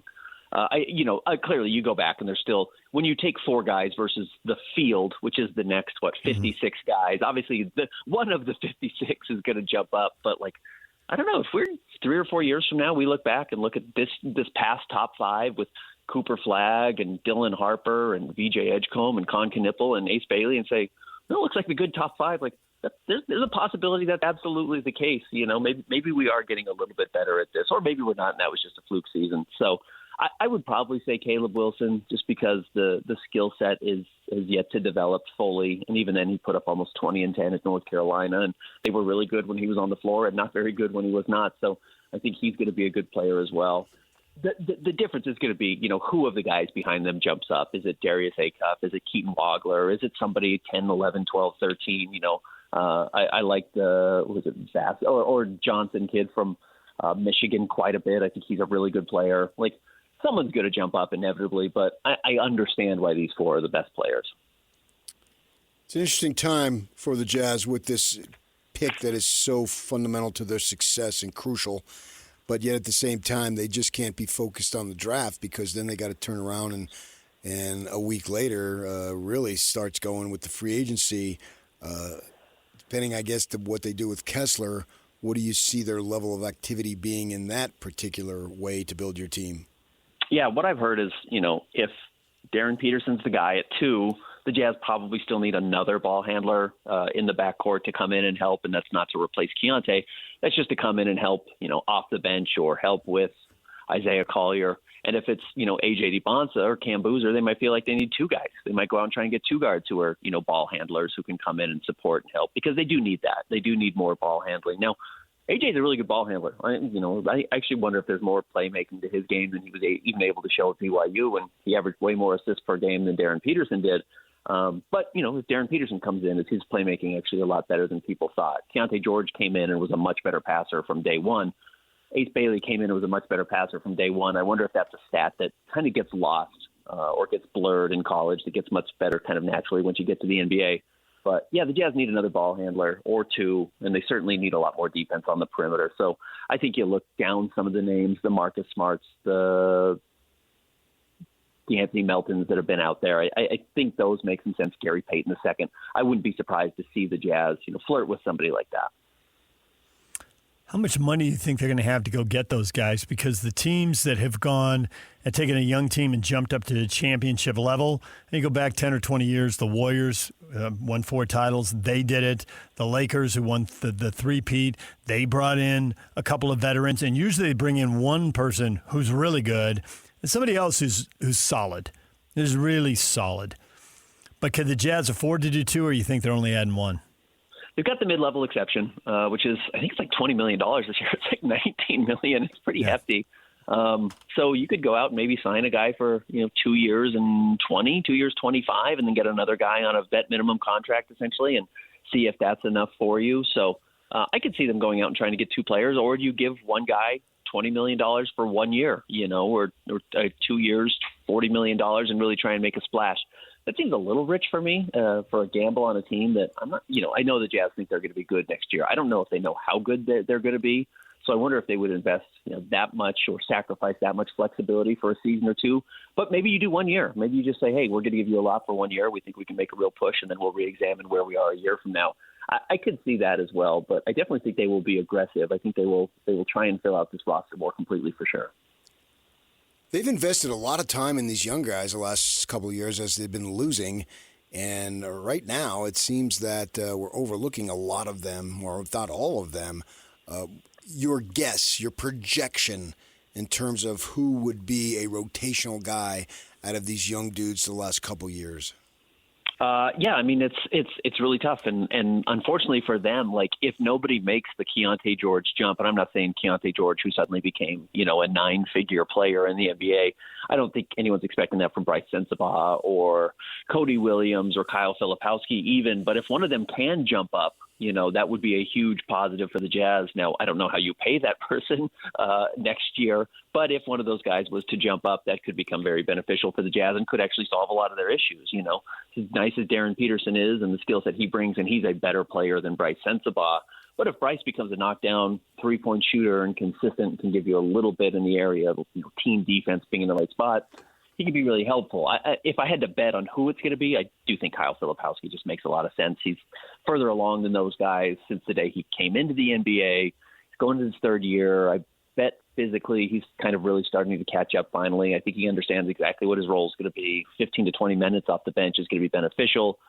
Conceivably, assuming Walker Kessler comes back, he can always be on the floor with either Walker or Jaren Jackson Jr., which covers up some of his defensive issues, and then he can be really a kind of a playmaker out of the post with them, and I think that becomes extremely valuable. So I would bet on Flip making a jump. Cody Williams I might be the most skeptical on just because I'm not sure what his actual skill is. But that doesn't mean I'm not a Cody Williams believer. And the truth is, like, if his defense comes along, he might be the most valuable of those three. We just have maybe seen the least from him so far. I'm curious about the mental makeup of all these young guys because we can say they're going to play 15 minutes a night, but that's not accurate. You got to dig deeper. There are going to be nights where everybody's available where they're going to get DNP CDs. There are going to be nights where they're in the rotation getting the 15 minutes, and there are going to be nights where multiple guys are out and they're going to have to play 25, and it can be hard to go out there and play 25 minutes because you don't have the conditioning, because you did just take a DNP, and because mentally you're getting a little beat up because your role changes so much. Who can handle that? Because in an era when guys play 65 games and consider it a full season, that just seems inevitable. If you're guy 10, 11, 12 on the roster, that's going to be your life. Well, yeah, we're talking about the young guys right now, and we're kind of ignoring John Konchar. We're ignoring Svi Mikhailiuk, who are NBA veterans. I mean, I think Svi has a title. John Konchar is the type of player who, if you were to pluck somebody off the Jazz's bench that you said could have played in these finals, it's probably Konchar. He's running all over the floor, and I know he didn't shoot the ball particularly well with the Jazz, but he has historically. If he makes shots and is running all over the floor, I mean, he's the Jazz's best version of Josh Hart, who was so critical for the Knicks. So, if those guys are in the rotation, you're talking about, Bryce and Cody Williams being maybe guy 10 and 11 on this roster, and 10 and 11 might play 10 minutes a game if they play at all. Now, NBA rotations sometimes are 10. That's generally what Will Hardy has done. So maybe one of those guys gets a spot if you're assuming that whoever the Jazz draft at number 2 plays and that Walker Kessler comes back. I do think Kyle Filipowski is going to be in the rotation because they need him. But if Nurk is back, and I think the Jazz would probably enjoy Nurk if he could come back, it's a lot of bodies competing for very few minutes. And I don't honestly envy Will Hardy. I mean, Will Hardy's going to have to tell either the number 2 overall pick or Ace Bailey, most likely, that you're coming off the bench. That's probably not an easy conversation for 2 guys who are top 5 selections. DJ, start spreading the news. I don't think Ben's leaving today, but when are you leaving, Ben?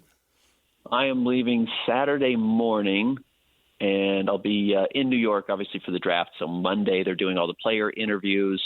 So I will be downtown, and I'll get all those and send them back. We'll have them posted at KSLSports.com, on our Instagram page, social media, YouTube, etc. And then Tuesday, I'll be at the draft as well.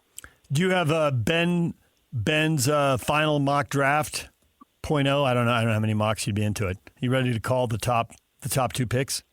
Well, I'll say the top two picks I think will be AJ and Darren. I don't know what order. That's bold, Ben. That's bold right there. I know. Really gutsy. But you know what? I will tell you, I bet you that's how the Jazz feel as well. Are you going first class? Because you're a first class guy. I think I'm flying standby. I don't know how I'm getting there. Standby. Wouldn't be the first time. Open air? Yeah, whatever. Catch the train to Denver and try to pick up a flight from there. No. Yeah. Avoid Denver at all costs. Ben, we appreciate a few minutes. We will hear you today at 2 o'clock. You and Jake will take over and take everybody home. Thanks, guys. All right, thank you, Ben. Ben Anderson, Jazz Insider for KSL Sports and host of Jake and Ben. DJ and PK, we'll take a break, come back, catch you up to date on everything you missed in this show. A lot of football, a lot of hoops, and a lot of golf. Stay with us. Welcome to This is Jake Scott and Ben Anderson. President of basketball operations for the Utah Jazz. It is Austin Ainge. How often are those top names switching around at the top of a draft board? Does that happen this late in the process? It does happen. We're trying to force ourselves to keep an open mind. Like, don't get locked in until we have all the information. Make sure we're processing everything correctly. We're almost fighting a consensus or predetermination. We're trying to make sure we go through it as thoroughly as possible before we lock in. We are fighting groupthink. We're fighting media narratives. We don't have a consensus in our rooms, right? Like, there's arguments. My dad and I fight every day about stuff, about players. Coach Hardy and I spend a lot of time talking through it and picturing how it would work with this guy and that guy. And there's a lot of opinions and I work with a lot of smart people. Catch Jake and Ben afternoons from 2 to 6 on 97.5, the KSL Sports Zone. Hey there, it's Wayfair here, where delivery and setup are as easy as a few taps on your phone. You're relaxing in an old hammock, scrolling Wayfair's app, when you spot it, a brand new patio set. Next thing you know, Wayfair delivers it right to your patio and sets it up. Oh, you need a new grill too? All right, Wayfair's got you covered. With Wayfair's Room of Choice delivery and fast expert setup on qualifying orders, life gets a little easier. Visit wayfair.com or the Wayfair app. Wayfair, every style, every home. We all have routines. I'm Jabron, and with diabetes, mine was finger sticks. Sometimes I skip them because it hurt. The Freestyle Libre 3C GM changed that. It gives me glucose insights without finger sticks. Learn more at freestylelibre.us. Finger sticks are required if your glucose alarms or readings do not match symptoms, or when you see check blood glucose symbol for the first 12 hours. The views expressed should not be used for medical diagnosis or treatment as a substitute for professional medical advice. Individual circumstances may vary. For prescription only. Safety info found at freestylelibre.us. Slacker Ready Headlines brought to you by Trajan Wealth. Call Trajan Wealth today, your local trusted financial fiduciary. Call them at 1-855-TRAJAN1 or visit their website at TrajanWealth.com. The Utah Jazz, front and center now, PK. We just had Ben on talking about him. We played a clip from David Locke earlier this morning, who is no longer, I wouldn't say he completely did the 180. That was more a 90-degree move, but he's no longer accentuating. Minimum 120. Okay, 120. He's no longer accentuating the negative. Hey, that 33% shooting rate from three-point line isn't good enough, which remains true. However, he is now examining all the positives. Hey, willing passer, able scorer, even when the defense is lined up to stop him, he can take them apart. He can get to the paint even when everybody is firmly focused on keeping him out of the paint. He still finds his way in there. Right. And there'll be more spacing in the pro game. Presumably, he'll be even better at that portion of the game. And the earrings aren't gaudy. More reasonable, understated, not drawing attention to himself. You don't mind the diamond studs. It's the dangly things that really... Yeah, well, there's something going on there. You want attention. Mm-hmm. Let your game draw the attention. Let your game sparkle. Anybody can look like a fool, but let your game do the talking. And that's what I want to see. And that's what I think he's capable of doing. And we'll see that. Man, I'll be super excited to get him. And I don't think he can discount to an extent that he wants to be here. Now, that doesn't mean that he's not going to take off a free agency because they may not have the money. They may not want him. And who knows? There's a million things between now and then. I'm not so much worried about that because it's a long ways away. And secondly, I'll be dead. So you combine those two factors, and it doesn't really matter. You need to stop that. I know. I wish they would, but that's what they tell me. So I'm on borrowed time. Listen to Ben Anderson wherever you get your podcast. Y'all will have it up here in a little while, at 2 o'clock. right after the show. And he will be back at 2 o'clock with Jake. Yeah. But our conversation with him will be up before that. I mean, I hand these other shows great ratings. They better do something with them. Speaking of great ratings, the Knicks. How many people live in the tri-state area? 1 billion. Well, they had 20 million people watching the NBA Finals. That's the best since the Jazz and Jordan in 1998. And they had 33 million for Game 5, the clincher, as the Knicks won the title for the first time in 53 Which is years. a zero surprise. Right. Nor do they necessarily get to cash in on it right away because they just signed a TV deal, and they're signed for 11 years. So, but we know there's certain teams, certain players, certain markets that are going to draw more eyeballs. I mean, it's a fact. Right. Bigger markets have more people, and right there. And it's New York. It's so fabulous they named it twice. And there might be some jealousy towards some of the big markets, so there might be people hate watching. I'm going to watch this and root against them. And that's a factor, too. I've never watched a game with the sole intent of rooting against. You bring that up. Yes. And I just don't know that that's real. Oh, it is. It's 100% real. No, and it's I not. get why you don't do it because the Knicks are probably the team that you have the most sentimentality towards, but you just don't have that There's no question my of that. team sentimentality, which makes it hard for you to generate the opposite, which is I hate this team, I don't want them to win. But the NFL figured out, and I read a story about it, I think it was in the early 80s, they had somebody at, I think it was at CBS, maybe it was NBC, but no, it was CBS because it was the NFC, figure out, hey, wait, have you noticed that if Green Bay isn't on, the team that gets the most ratings there is Chicago and then Detroit and Minnesota. And they start putting the other teams in division in there, and people are like, I want that team to lose. Because And it's maybe a divisional game. And maybe some of that's emotion and some of that they've is got good players. pragmatic. Well, they don't all have good players. No The one's whole watching division isn't up at the the same Lions. time. No one's watching the Lions. Boy, I hope But they they were. lose. I never watch Arizona with the sole intent, I hope they lose. I'm going to watch it. Well, for now, it's work. And so if they're playing another conference team and I don't have anything to do and I'm not at the stadium yet or what have you, I'm going to watch it. But it's not, I'm going to turn on that so that team loses. I think that happens all the time. I think people watch the Cowboys in New York, Philly, and Washington, hope 'Cause they it's a lose, divisional game. and laugh Of like course it maniacs is. when they do. But even when Dallas is out of the division race last year, people are watching them, hoping they lose. And you're right. But you if it's a don't division turn on game. the TV. That's the number one reason I'm going to. I want them to lose. Sure, if the Cats are playing the Cougars, I want the Cats to lose, but I'm not going to turn on the game. So I want them to win. You're making it even. I watch the Jazz because I want them to win. And I'm going to turn on the Lakers so they lose. That's not the difference. The differential is substantial. The difference isn't there because that difference is substantial. The difference is, did people hate watch the Knicks this year more than they hate watch the Thunder or the Pacers last year? Yes. No, nobody hates the Knicks.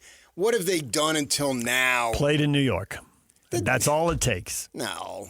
Everybody recognizes that New York is the center of the country.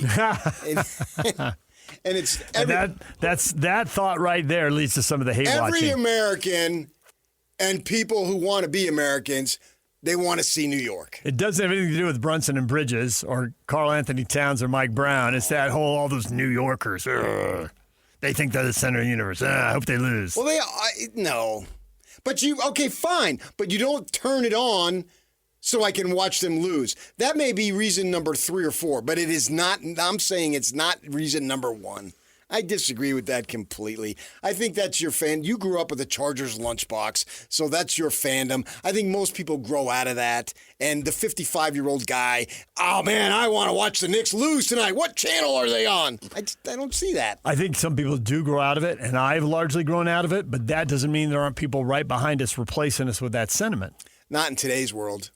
Today's world, there's a million different things coming at them. It's still the 55-year-old dude. That it'll be interesting to see what sports ratings are in 50 years because everything will be behind a paywall. I just don't see, and then people will buy it. Yeah, but I don't think this generation of fandom is nearly as into it as you were. Interesting. You think fandom's much more mellower now? It's more fun. It's for fun. Mm-hmm. You students go to the games to have fun.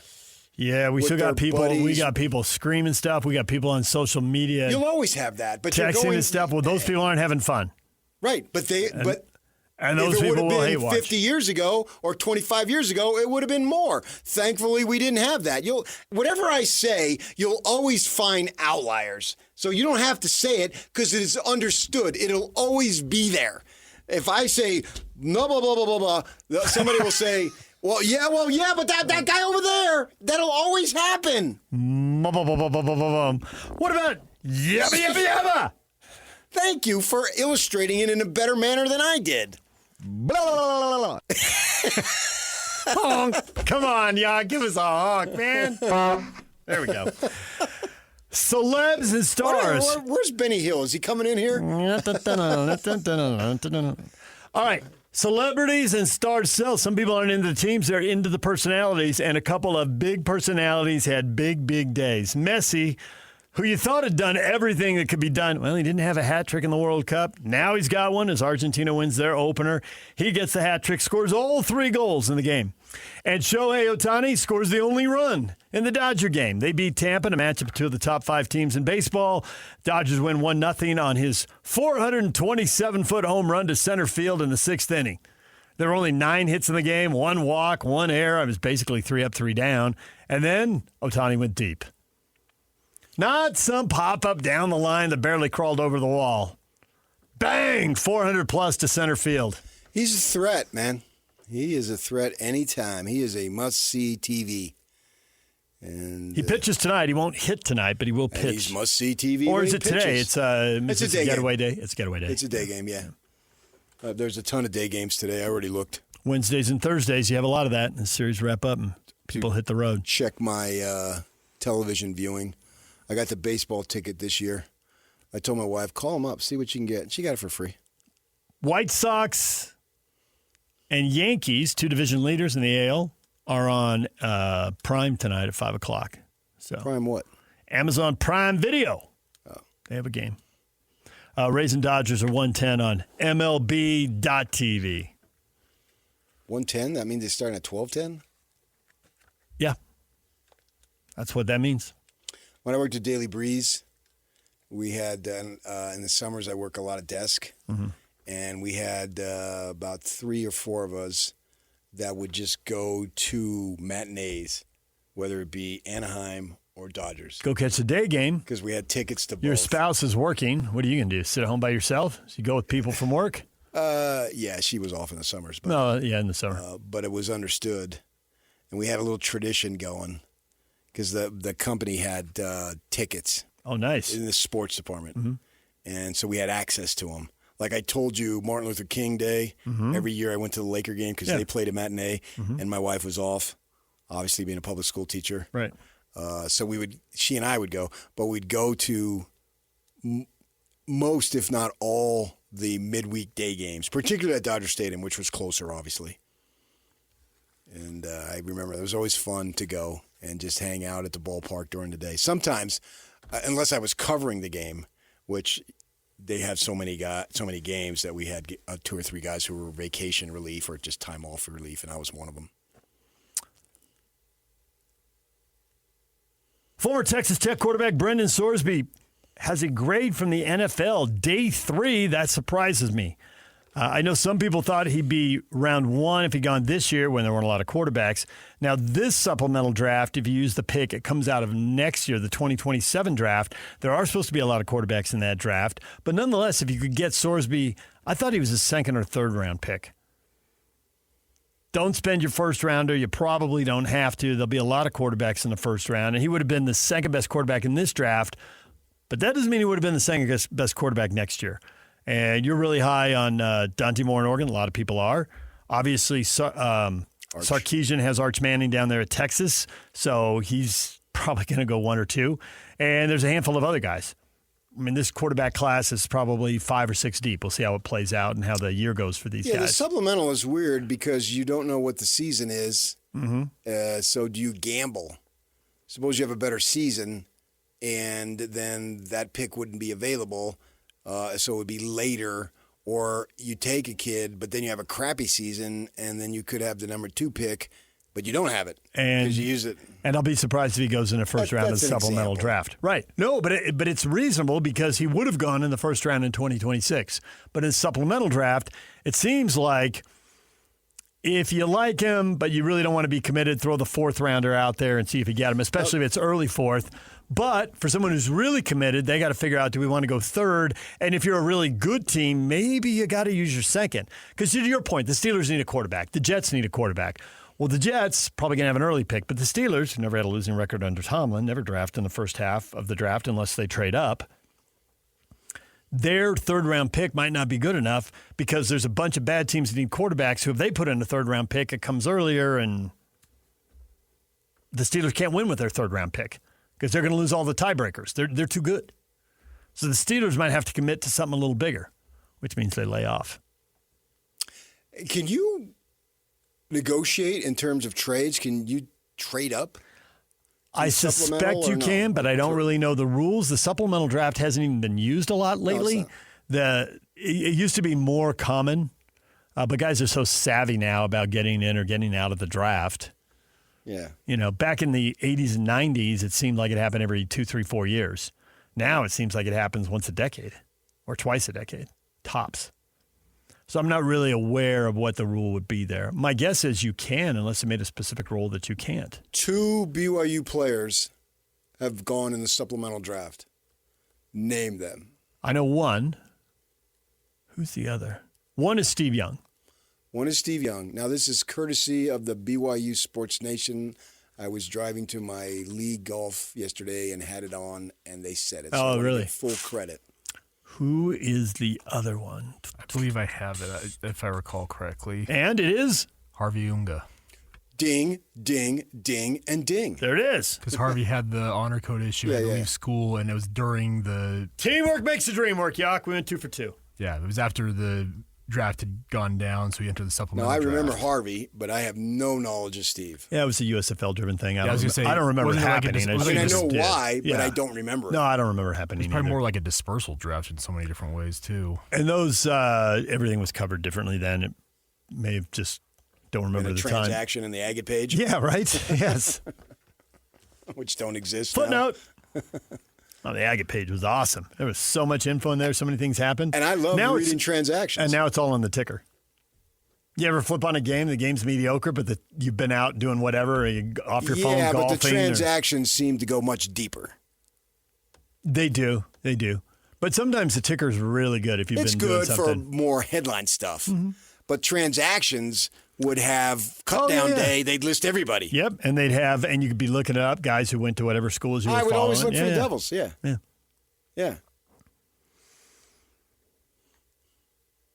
One other Jazz thing we talked about this morning, Walker Kessler. Multiple reports now. Initially, Tim McMahon, Ben Anderson's confirmed the numbers are right, so don't say that those are numbers just out there in the media. Multiple people digging into this. Walker Kessler offered 5 years, $140 million from the Jazz. He reportedly wants more than $28 million a year. Of course he does now. It all makes sense that would be and the lower end of his market. But it is a strategy. Yeah. Everybody knows he's a restricted free agent. Yep. They want this story out. Mm-hmm. Don't even call us unless you're going 30, 35. Right. So this is a PR case, as they should be doing it that way. Set the market. Don't come out. I'm not going to fly out to fill in the blank city, Detroit, randomly, and you're going to offer me 24. Don't waste my time. Don't waste your time. All true. Right. And don't you think the Jazz hit it right? That's I always the thought middle that he to was lower end of his market between 25 and 30? Yes. Yeah. There would be some form of compromise. If you drop down to 20, they're going to lose him. So you got to get up into the mid to high 20s. But they can sit back. They can. And if he doesn't like it, I had to do this and that, well, get over yourself. What are you going to do about it? Are you going to bawl or are you going to pout? Ben Anderson brought up the thought, will someone offer him 3 years and $100 million? So he hits the market sooner, can get back out. The salary cap will be going up because the TV money's going up. And if I were him, that's what I would do, because you think you're that good. And you showed a little flash of being better last year. I think it was 3 to 5 games. He played 5 games. Yeah, but it did look like he was. It looks like he was making progress. Yeah. Yeah. Hey, they got a better version of this guy, and then boom, he's out. Right. Which, given the fact they were tanking, gets him 100% healthy. He was trying to play through something. Worked. It made sense. It all lined up. So go take that $100 million. That's life-changing money, even with half going to the U.S. government or local government or wherever government All they're of going the above. to. Yeah. And you still, man, if you can't live on $50 million. I think Joe Ingles talked about that. I believe he said at one point, nobody needs that much money. Yeah. He's like, how expensive? Joe was a big coffee guy. How expensive is that coffee in the morning? I mean, how many cups do you need? What do you need with all that money? So with that in mind, then even if you didn't play, if you just had a knock on wood against a career-ending injury or whatever, you just retired, you'd still only be, 28 tops, and you have an opportunity to get another contract that would be double plus that. I mean, my goodness, yeah, he's in a great situation. DJ PK, your feedback coming up next. Is BYU still, well, not still, are they now with Texas Tech having their issues at quarterback? Are the Cougs the favorite in the Big 12? Stay with us. DJ PK, it's 97.5 The Zone. It's time for your feedback. What do you have to say about today's show? And we're still getting a lot of yesterday's show. A lot of you are reacting to Mark Harlan. And we've got stuff coming in, and then there are clips getting put out on social media. You can go listen to the entire conversation wherever you get your podcasts, talking about that private equity deal. And it's just all over the map. It's going to be really interesting to see how this works out. There are people who want none of it. North of the wall. There's a reason Utah is the only school doing this. Harlan's a joke, and he's made countless mistakes. He's got no hope. To him, there's just no chance. Cheese Fries, who's a big Ute fan, just admit you're jealous. Big things are happening at Utah. Keep your eye on Utah X next week or two, you little man. Oh, he's got inside info, huh? So something's coming. Sidelines, Texas State. How did this make it to the newest Pac-12 school? Well, it did. That AD isn't paying attention at the very least. PE is anti-college athletics. Way to help kill college athletics. Well, will the people stay away from it, not kill college athletics? Why would they? Why would this on company want to kill its own investments? It wants to make money over the next 5 years, whatever that means. Well, the negative, I think what people are holding on to is this company wants to make a lot of money over the next 5 years, whether it helps grow that athletic department or not. But don't they go hand in hand? They can go hand in hand, but you can just take the money and run and leave behind something that's a shell of its former self and unable to compete. Seems improbable, but we'll see. Then Lane, there's a lot of stuff in here that's pretty fiery, and I've read you some of them. But Lane says criticizing and mocking are not the same thing here. So nothing serious at Lane Abbott. Kind of takes the attitude of be critical, and be critical of different parts of it. But the mocking it, don't take it all as being mocked. Well, that's because he has his name attached to it, so he has to be reasonable. See, as soon as you see a name, the odds of reasonablenality go way up. Yeah, obviously. That's why I think most fans are. I think they are reasonable. Gill Investments. For middle of the pack and below, there's no other option in this current system. So he buys Give Investments buys what Mark Harlan said, that doing nothing was not an option. You could see that trending in the wrong direction, and you have to try something new. Well, if you want to win at the highest level, now that may be a fairy tale. Everybody wants to win at the highest level, but do you have the financial wherewithal? And with Utah, if they get a ton of money, I suppose you could look at, well, Texas Tech is not Malibu, and Utah, Salt Lake City and so forth is neither. But if Texas Tech can do it, the thing that I would argue is that Lubbock is still in Texas, and it's still surrounded by just enormous amounts of talent, or at least close enough, maybe not surrounded. So if Utah could play at the highest level, that would be great. I think they could be right below, and that's what they've been, which is it's not a slight, it's an outstanding program worthy of envy. Ryan says, I'm no Harlan fan, but leave it to KSL, BYU, and their cronies to try to make the U of U look bad by doing what is necessary to stay at the forefront of the mess that is college football. To which Trent Brown Coug says, state auditors and finance experts all agree this is a bad deal. It has nothing to do with KSL. Well, I mean, I grew up a BYU fan, There's no question. There actually is a question. And all my allegiance to there. I don't believe that.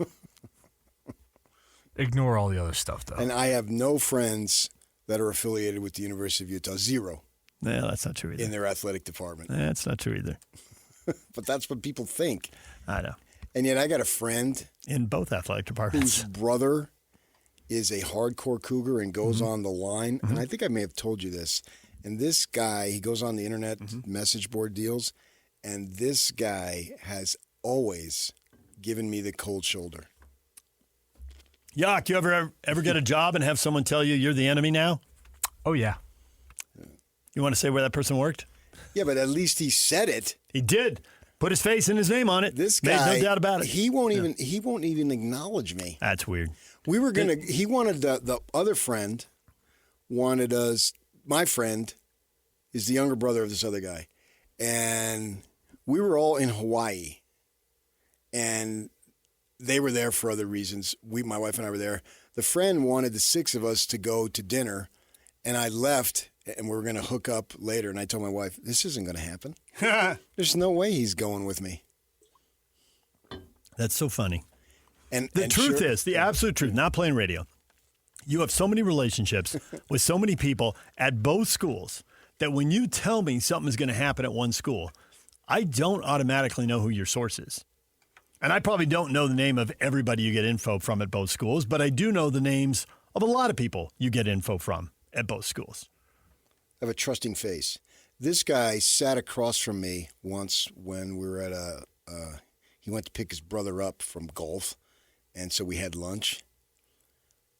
I have no respect for Kyle Whittingham because he won't even say the letters BYU. He is just a bad blah, blah, blah, blah, blah, blah, blah, blah, blah. And I'm looking at him, keep your mouth shut, keep your mouth shut, keep your mouth shut. And I did. If I told him some of the humanitarian stories that Kyle did on his own without asking. Yeah. Well, don't let the facts get in the way of a good grudge. Oh, brother. We could talk about Mark Harlan and that deal. I mean, I think there's significant risk to it, but I do see a couple places where there could be big upside. Well, let's see, man. They could hit. They could, and I get people's reluctance. I get why the auditor wrote what they wrote. I get it. And I told you I had worked for a TV station that was owned by a P&E firm, and that was a wild ride. I think there's upside with Huntsman. I got to dig into the Huntsman Center, how much money could be riding on that. But $20-25 million bucks of new revenue to them would not shock me. Maybe that number is wild. I'd have to dig into it a little more. But I think there is some upside out there. All right, DJ and PK, we're all done. Coming up next, Scotty G and the coach. Stay with us. The grill is shot. The chairs are held together by optimism. And what happened to the rug? Sounds like your outdoor setup is not ready for patio season. Fix it all with Wayfair. Shop Wayfair for grills, rugs, furniture, and more. With 20 million 5-star reviews, room of choice delivery, and expert setup on qualifying orders, it's never been easier to do more for less. Get 10% off your first eligible purchase. Hurry to wayfair.com or download the app now. Wayfair, every style, every home. Summer is all about freedom, fun, and growing up. And between the ages of 9 and 13, kids are starting to form their views about alcohol. With more independence, their still developing brains need more guidance and support than ever. That's why summer is the perfect time to stay connected and plan fun, safe family activities together. Research shows kids who spend quality time with their parents doing what they enjoy are less likely to drink underage. And when kids feel close to you, they're more likely to listen, especially when you set clear expectations. In fact, kids who drink before 15 are far more likely to struggle with alcohol later. This summer, create a no-bummer summer with fun, alcohol-free activities for your kids. Go to summer.parentsempowered.org to take a quick quiz and discover ideas tailored to your family. A little time together can make a big difference. For more information and to learn more about how to prevent underage drinking, visit parentsempowered.org.